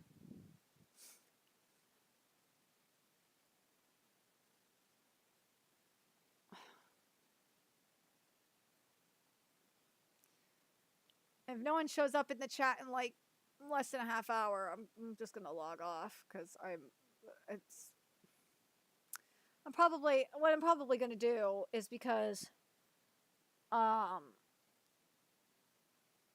bounding the stream I did for bounding has moved to Mondays from Wednesdays. I might change because I know that there's other people that stream on Thursdays around this time. I might just switch the stream to Wednesdays and see if that improves. But I don't know.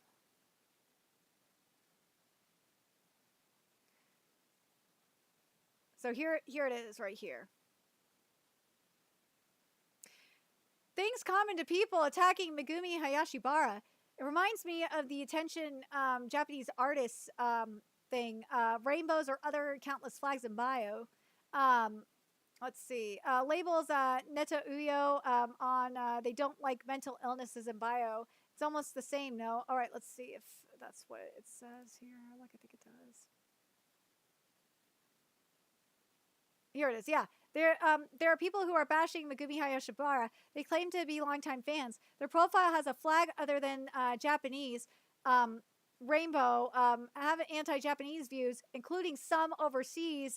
Dewa no Kami, supporter of Reiwa, and the Japanese Communist Party. Calls people he doesn't like Natoyo and lists mental illnesses in his profile. Oh my god. Oh my god.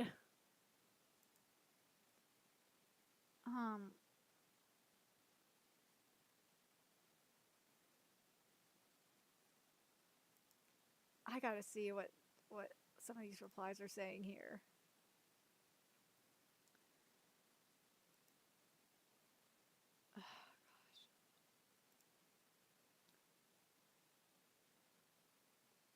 Oh, there's also one. Yeah, of course. So yeah, it's the usual suspects with the flags and all of that, of course. Of course they are. Is this the one? Hold on.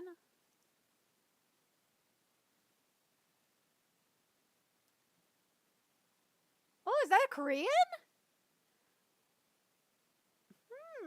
Is he the one behind it?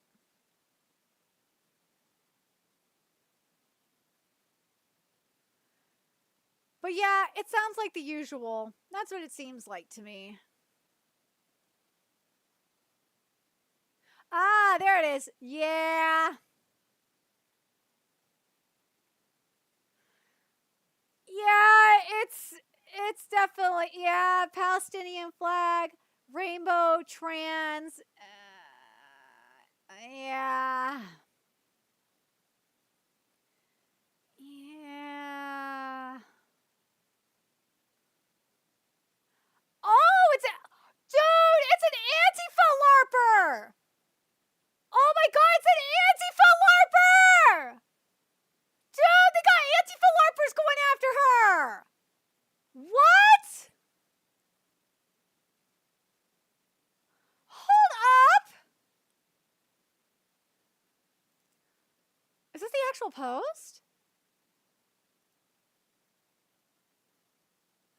Even though I've been in what?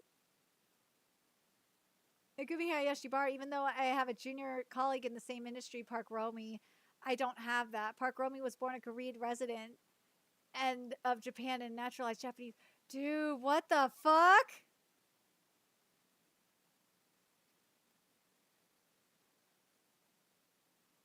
But dude, this is an Antifa LARPer. Dude, what the fuck, man? I didn't think I was going to be talking about Antifa LARPers today on the stream. Look, I titled this Summer of Love, and I didn't think I was going to be talking about Antifa LARPers, but here we are. We're talking about Antifa LARPers anyway. My God. What the fuck, man?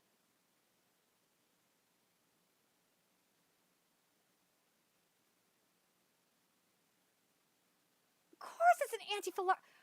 Fucking Antifa LARPers can't resist this shit, man. Always. Why? Why does it always have to be them? Like, come on. But here we go. Let's get to the apology itself.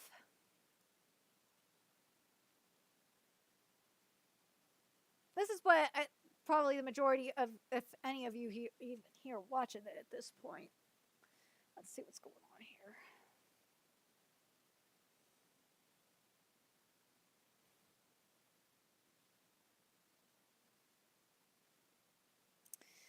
Yep. All right. So let me finish this, and then, especially since I don't have any donations, I don't have anyone in this chat. I'll wrap this up, and I will, I don't know. I'm just fucking annoyed at this point because I am shadow banned beyond hell. Also, Kitty, you are being strangely good. You know that?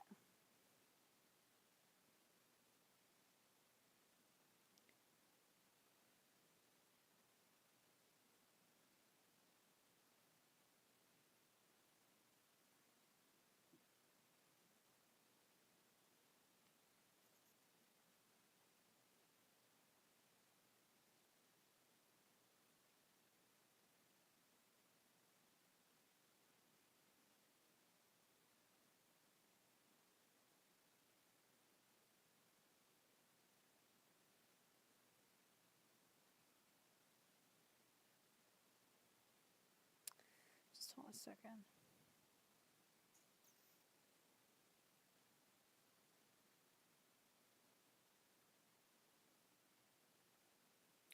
All right. Let's read this. Kitty, you want to come help? Oh, Kitty wants to help read the article.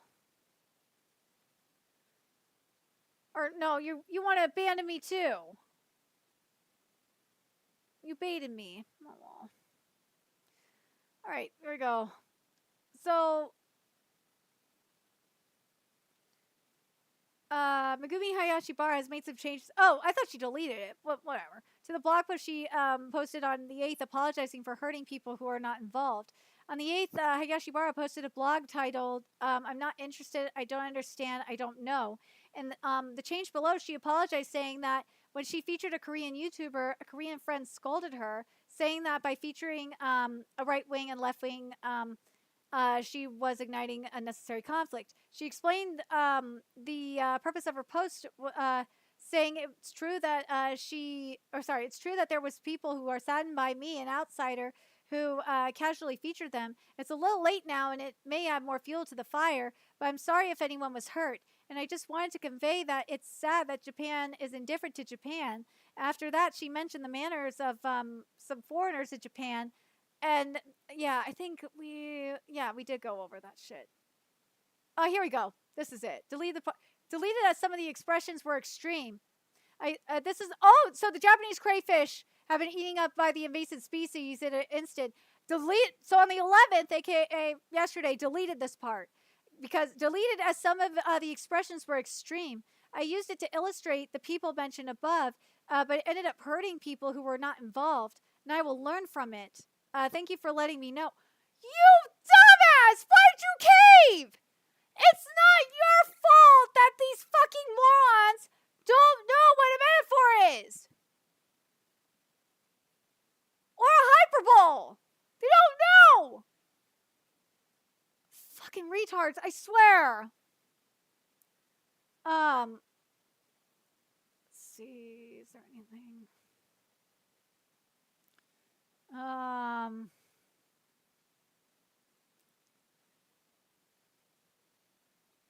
Yeah, okay. Now I gotta find the one real quick about the crayfish, because I think people need to understand what's going on with the crayfish stuff. But yeah, of course, one of the fucking people that started this was a goddamn Antifa LARPer. Like, god damn it.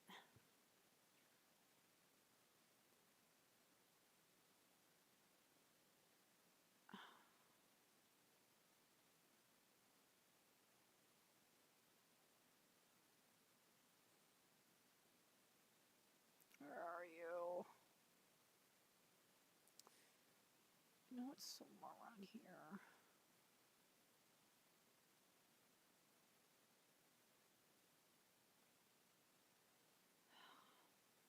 Stupid bookmark. I wish the bookmark would have just went through here, because that would have made my life easier.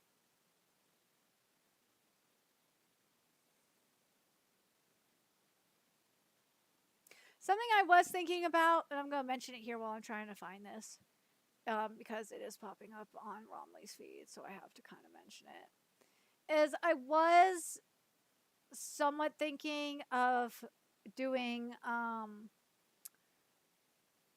live protest stream, covering the protests live on like Twitter or Discord. I can't do Twitch because I really don't want to die.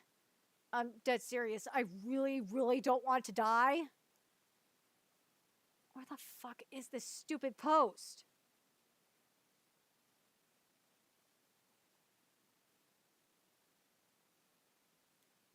I'm trying to find this goddamn post. I think this is here, right?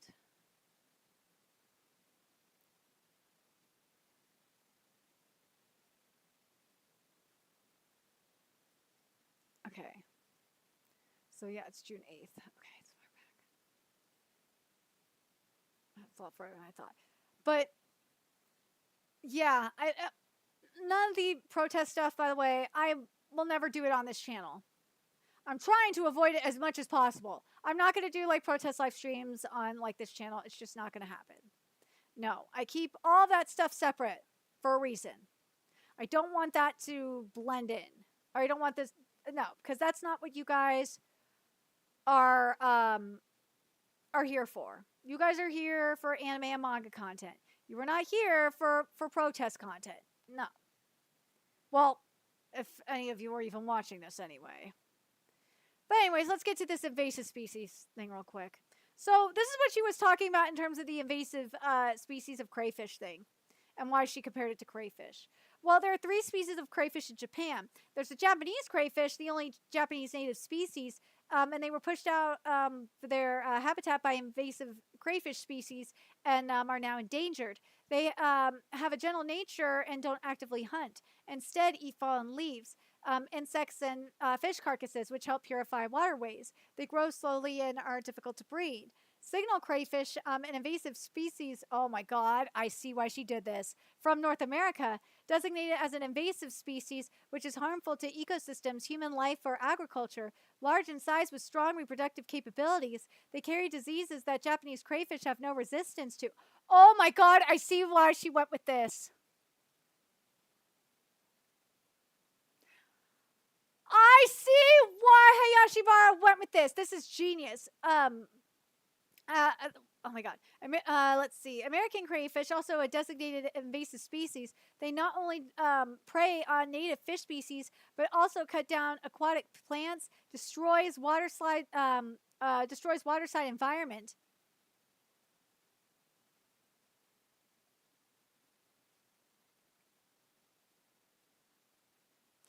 Sounds like Unseen Japan. That does sound like Unseen Japan. Speaking of, let's see what Unseen Seattle has to say. Anime fans were perplexed after voice actress Hayashibara ranted on her blog about foreign exchange. Dude, that is you, Unseen Seattle. She's talking about you, Unseen Seattle. She is. She's talking about, like, all of you fucking tourists, like Johnny Somali, and all of you rude assholes. And you know what? She's not talking about just you. She says that, like, she did mention, like, free speech, like, in anime and shit like that. She's talking about all you fucking asshole post-COVID parasites. She is. She's talking about all you motherfuckers. And you made her bend the knee. You made her bend the goddamn knee. For what? She's right. She is goddamn right. You are a goddamn crayfish. You are invasive species of crayfish. That's what you fuckers are. You're goddamn parasites. You are. You're like the aliens in Drama Queen, too. You are the colonizing aliens in Drama Queen. Especially if you've read the most recent chapter of Drama Queen. You know what I'm talking about, because these fuckers have a superiority complex. It blows my mind. It blows my goddamn mind. It really does.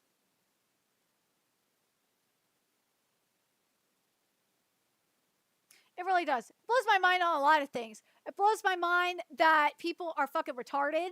It blows my mind on how shadow banned I am. I swear to God. I really hope I'm not wasting my time, like, spending hours on end prepping these streams. I really hope I'm not, because I really do put a lot of time and effort into this. I know I should probably just be recording news stories, but fuck, no one watches them either.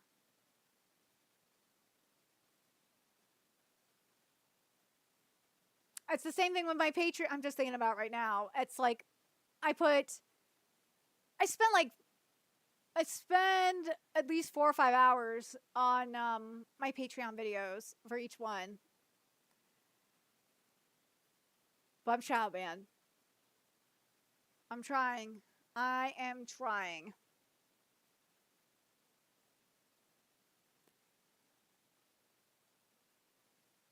But I'll experiment next week. And see if changing it to Wednesdays will be a little bit better or not. We'll see how that goes. Let me see if I have anything else in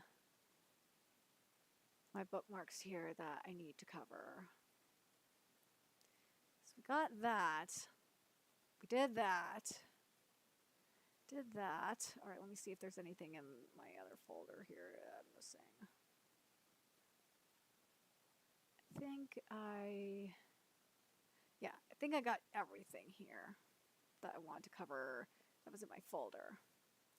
All right, let me see if there's anything else here that I'm missing here.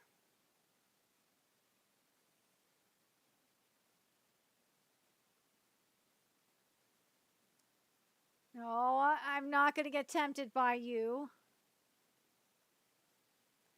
I will not be tempted by you, Riot Life PD. I will watch you in a little bit when I get off of here. God, I know Riot Life PD is popping right now. I know it is. That is my worst addiction. And I'm fighting my addiction right now to do this too, which I think is insane that I am managing to do this.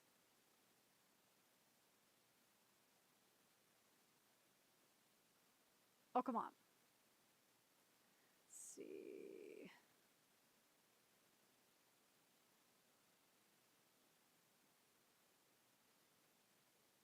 Is there anything else here? I don't think so.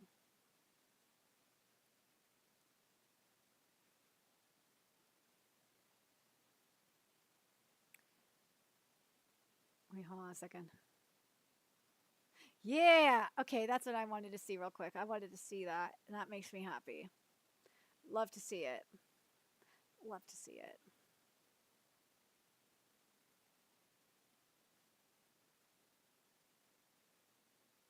This makes me happy.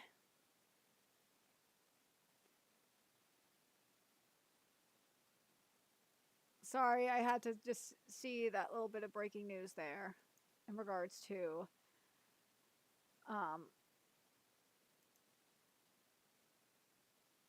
yeah, I'm sorry. This is good news right there. That's awesome. All right, let's see.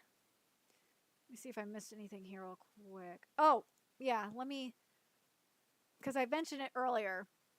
I'm going to show you guys real quick what's going on. Dude, Dan's going to be sick.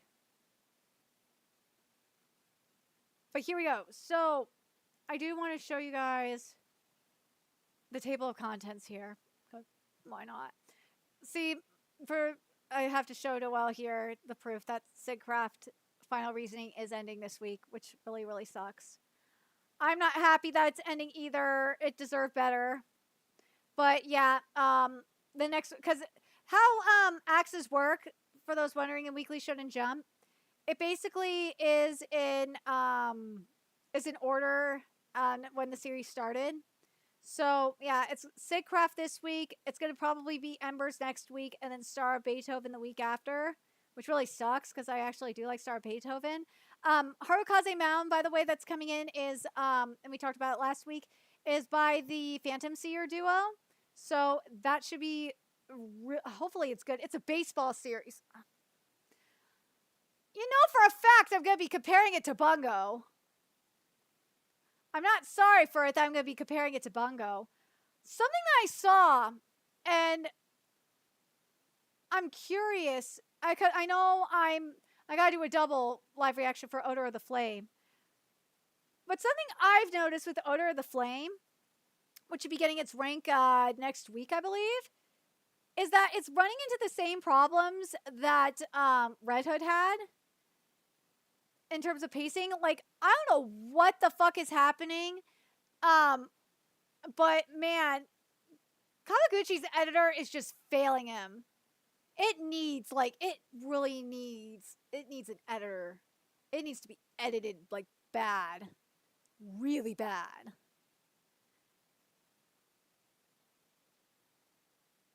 It does. It needs an edit. But yeah, there's no One Piece this week. Sakamoto Days we already have up on the channel. It came out earlier today. Well, at least I got it earlier today. Sakamoto Days is is of course is good. Shinobi Goto doing Shinobi Goto things, and same with Elusive Samurai doing Elusive Samurai things. But yeah, it's a goddamn shame. It's a goddamn shame. I'm so sad that this manga's ending. So sad.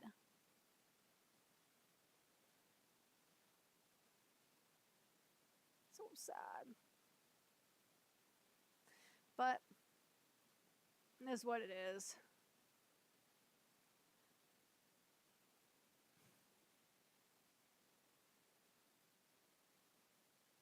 Because there's like no one in chat, and I feel like I am just straight up talking to myself at this point.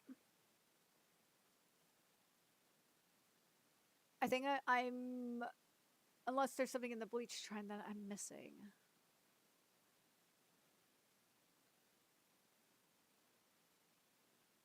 Oh, hey, KB Slayer. God, I felt like I was gonna feel like really depressed for a second there. That I was just basically talking to myself for like the past 2.5 hours. Yeah, almost 3 hours now. Oh my god, how long has it been? Yeah, 2.5 hours. Oh gosh. This is so depressing, man. It really is. I'm probably gonna change the stream to Wednesdays at this point. I'm fighting this algorithm like hell. I am. It's just fucking unbelievable. I gotta do something. I gotta do something here. What's this?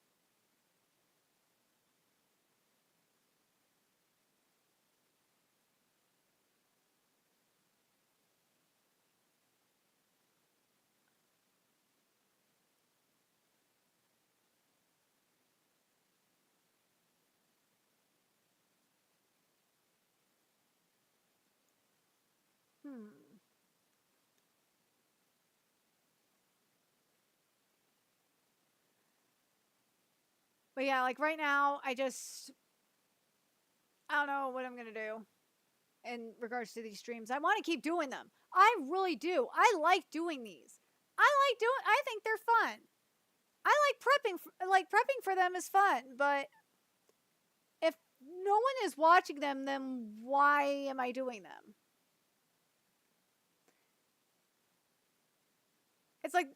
That's how I feel about like doing news videos. Like no one watches my news videos. Everyone watches my live reactions though, which makes me happy. But yeah, Kanojo Okarishimasu, again, by the way, like the majority of people I've seen react to Kanojo Okarishimasu, it pisses me off, and you know what? That's a good idea. Let me pull up. And by the way, I've lost like at least, I think I've lost over like 400 followers since December because Twitter hates me. I think it's because I'm not a rage bait grifter like a lot of people are. Yeah, that's probably why.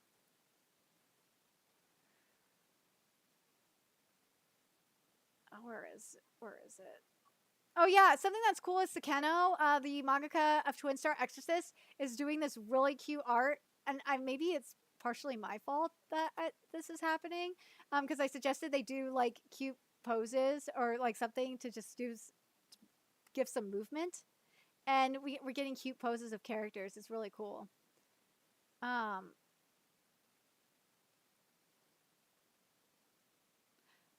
this has been a huge problem. Is the people reacting to Kanojo Okarishimasu, the majority of them are fucking tourists that have never read the manga. Like I'm gonna read this. I have to. Is that it's a romance manga. I've never read this manga, but the only romance anime I was forced to watch had an actual romance, and the MC actually got together.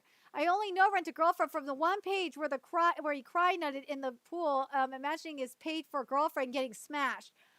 This is a huge problem. I'm so tired of this. Why the fuck are you? This is the problem. This is the problem I see with Kanojo Okarishimasu. I see it with Nanatsu no Taizai / Four Nights of the Apocalypse. I see it all the fucking time where it's just dumbass tourists come, and we see it with One Piece too. And Boku no Hero Academia and Jujutsu Kaisen, where all these fucking tourists are getting their opinions from goddamn memes and goddamn panels that they see on social media. I'm goddamn tired of it. You don't know the goddamn series. Shut the fuck up.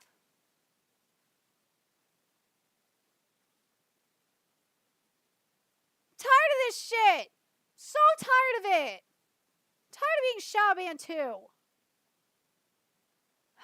So sick of this shit, man. So sick of this shit. But yeah, I just don't know, man. I really don't know.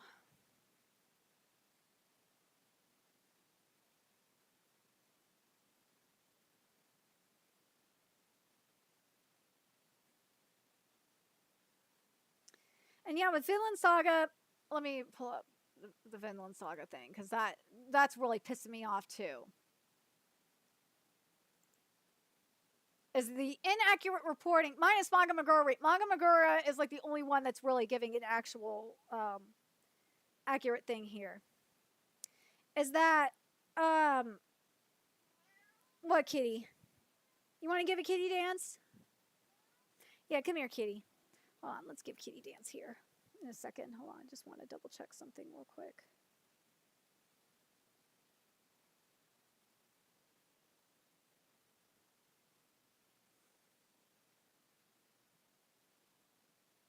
Hold on.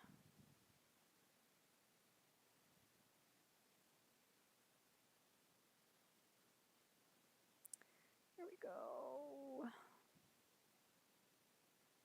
Okay, here we go. Here's the dancing kitty. Dancing kitty. Dancing kitty. Dancing, dancing, dancing kitty. Not even you can bring viewers in, kitty. Not even you can bring viewers in the chat. Because we're shadow banned, kitty. We are unloved, kitty cat. That's how life is. We are just unloved cat. No one cares about us, cat. Right, Zeno? Right, Zeno the kitties? Is that how it is, kitty? You're fucking eye bogies, cat. See, look at that. Look at that kitty. Look at that little kitty cat. He just wants to be loved. He wants to be loved by the humans. But the humans don't love him like I do.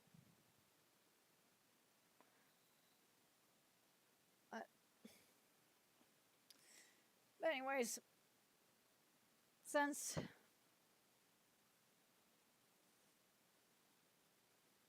what, kitty? What now? You want to be all snuggly? Want to be all snuggly, kitties? You want to be a snuggly kitty?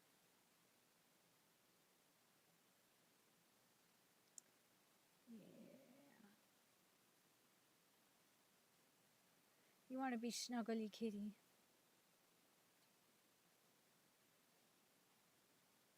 You want to be snuggly kitty? Look at that. Look at the snuggly. She's a snuggly boy. Look at that snuggly boy.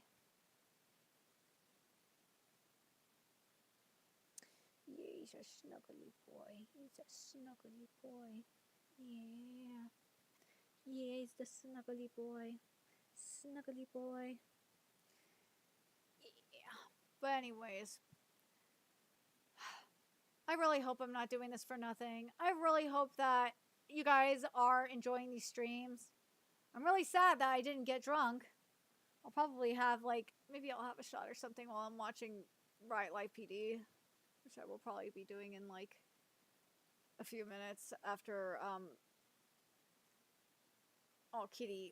Kitty's like, Mama, go watch the live streams. don't lose your mind. Go watch the live streams.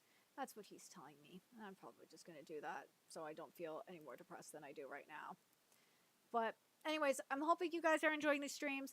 I'm probably thinking I'm going to do the next one just to experiment a little bit on Wednesday, probably around the same time that I was doing the bounding streams.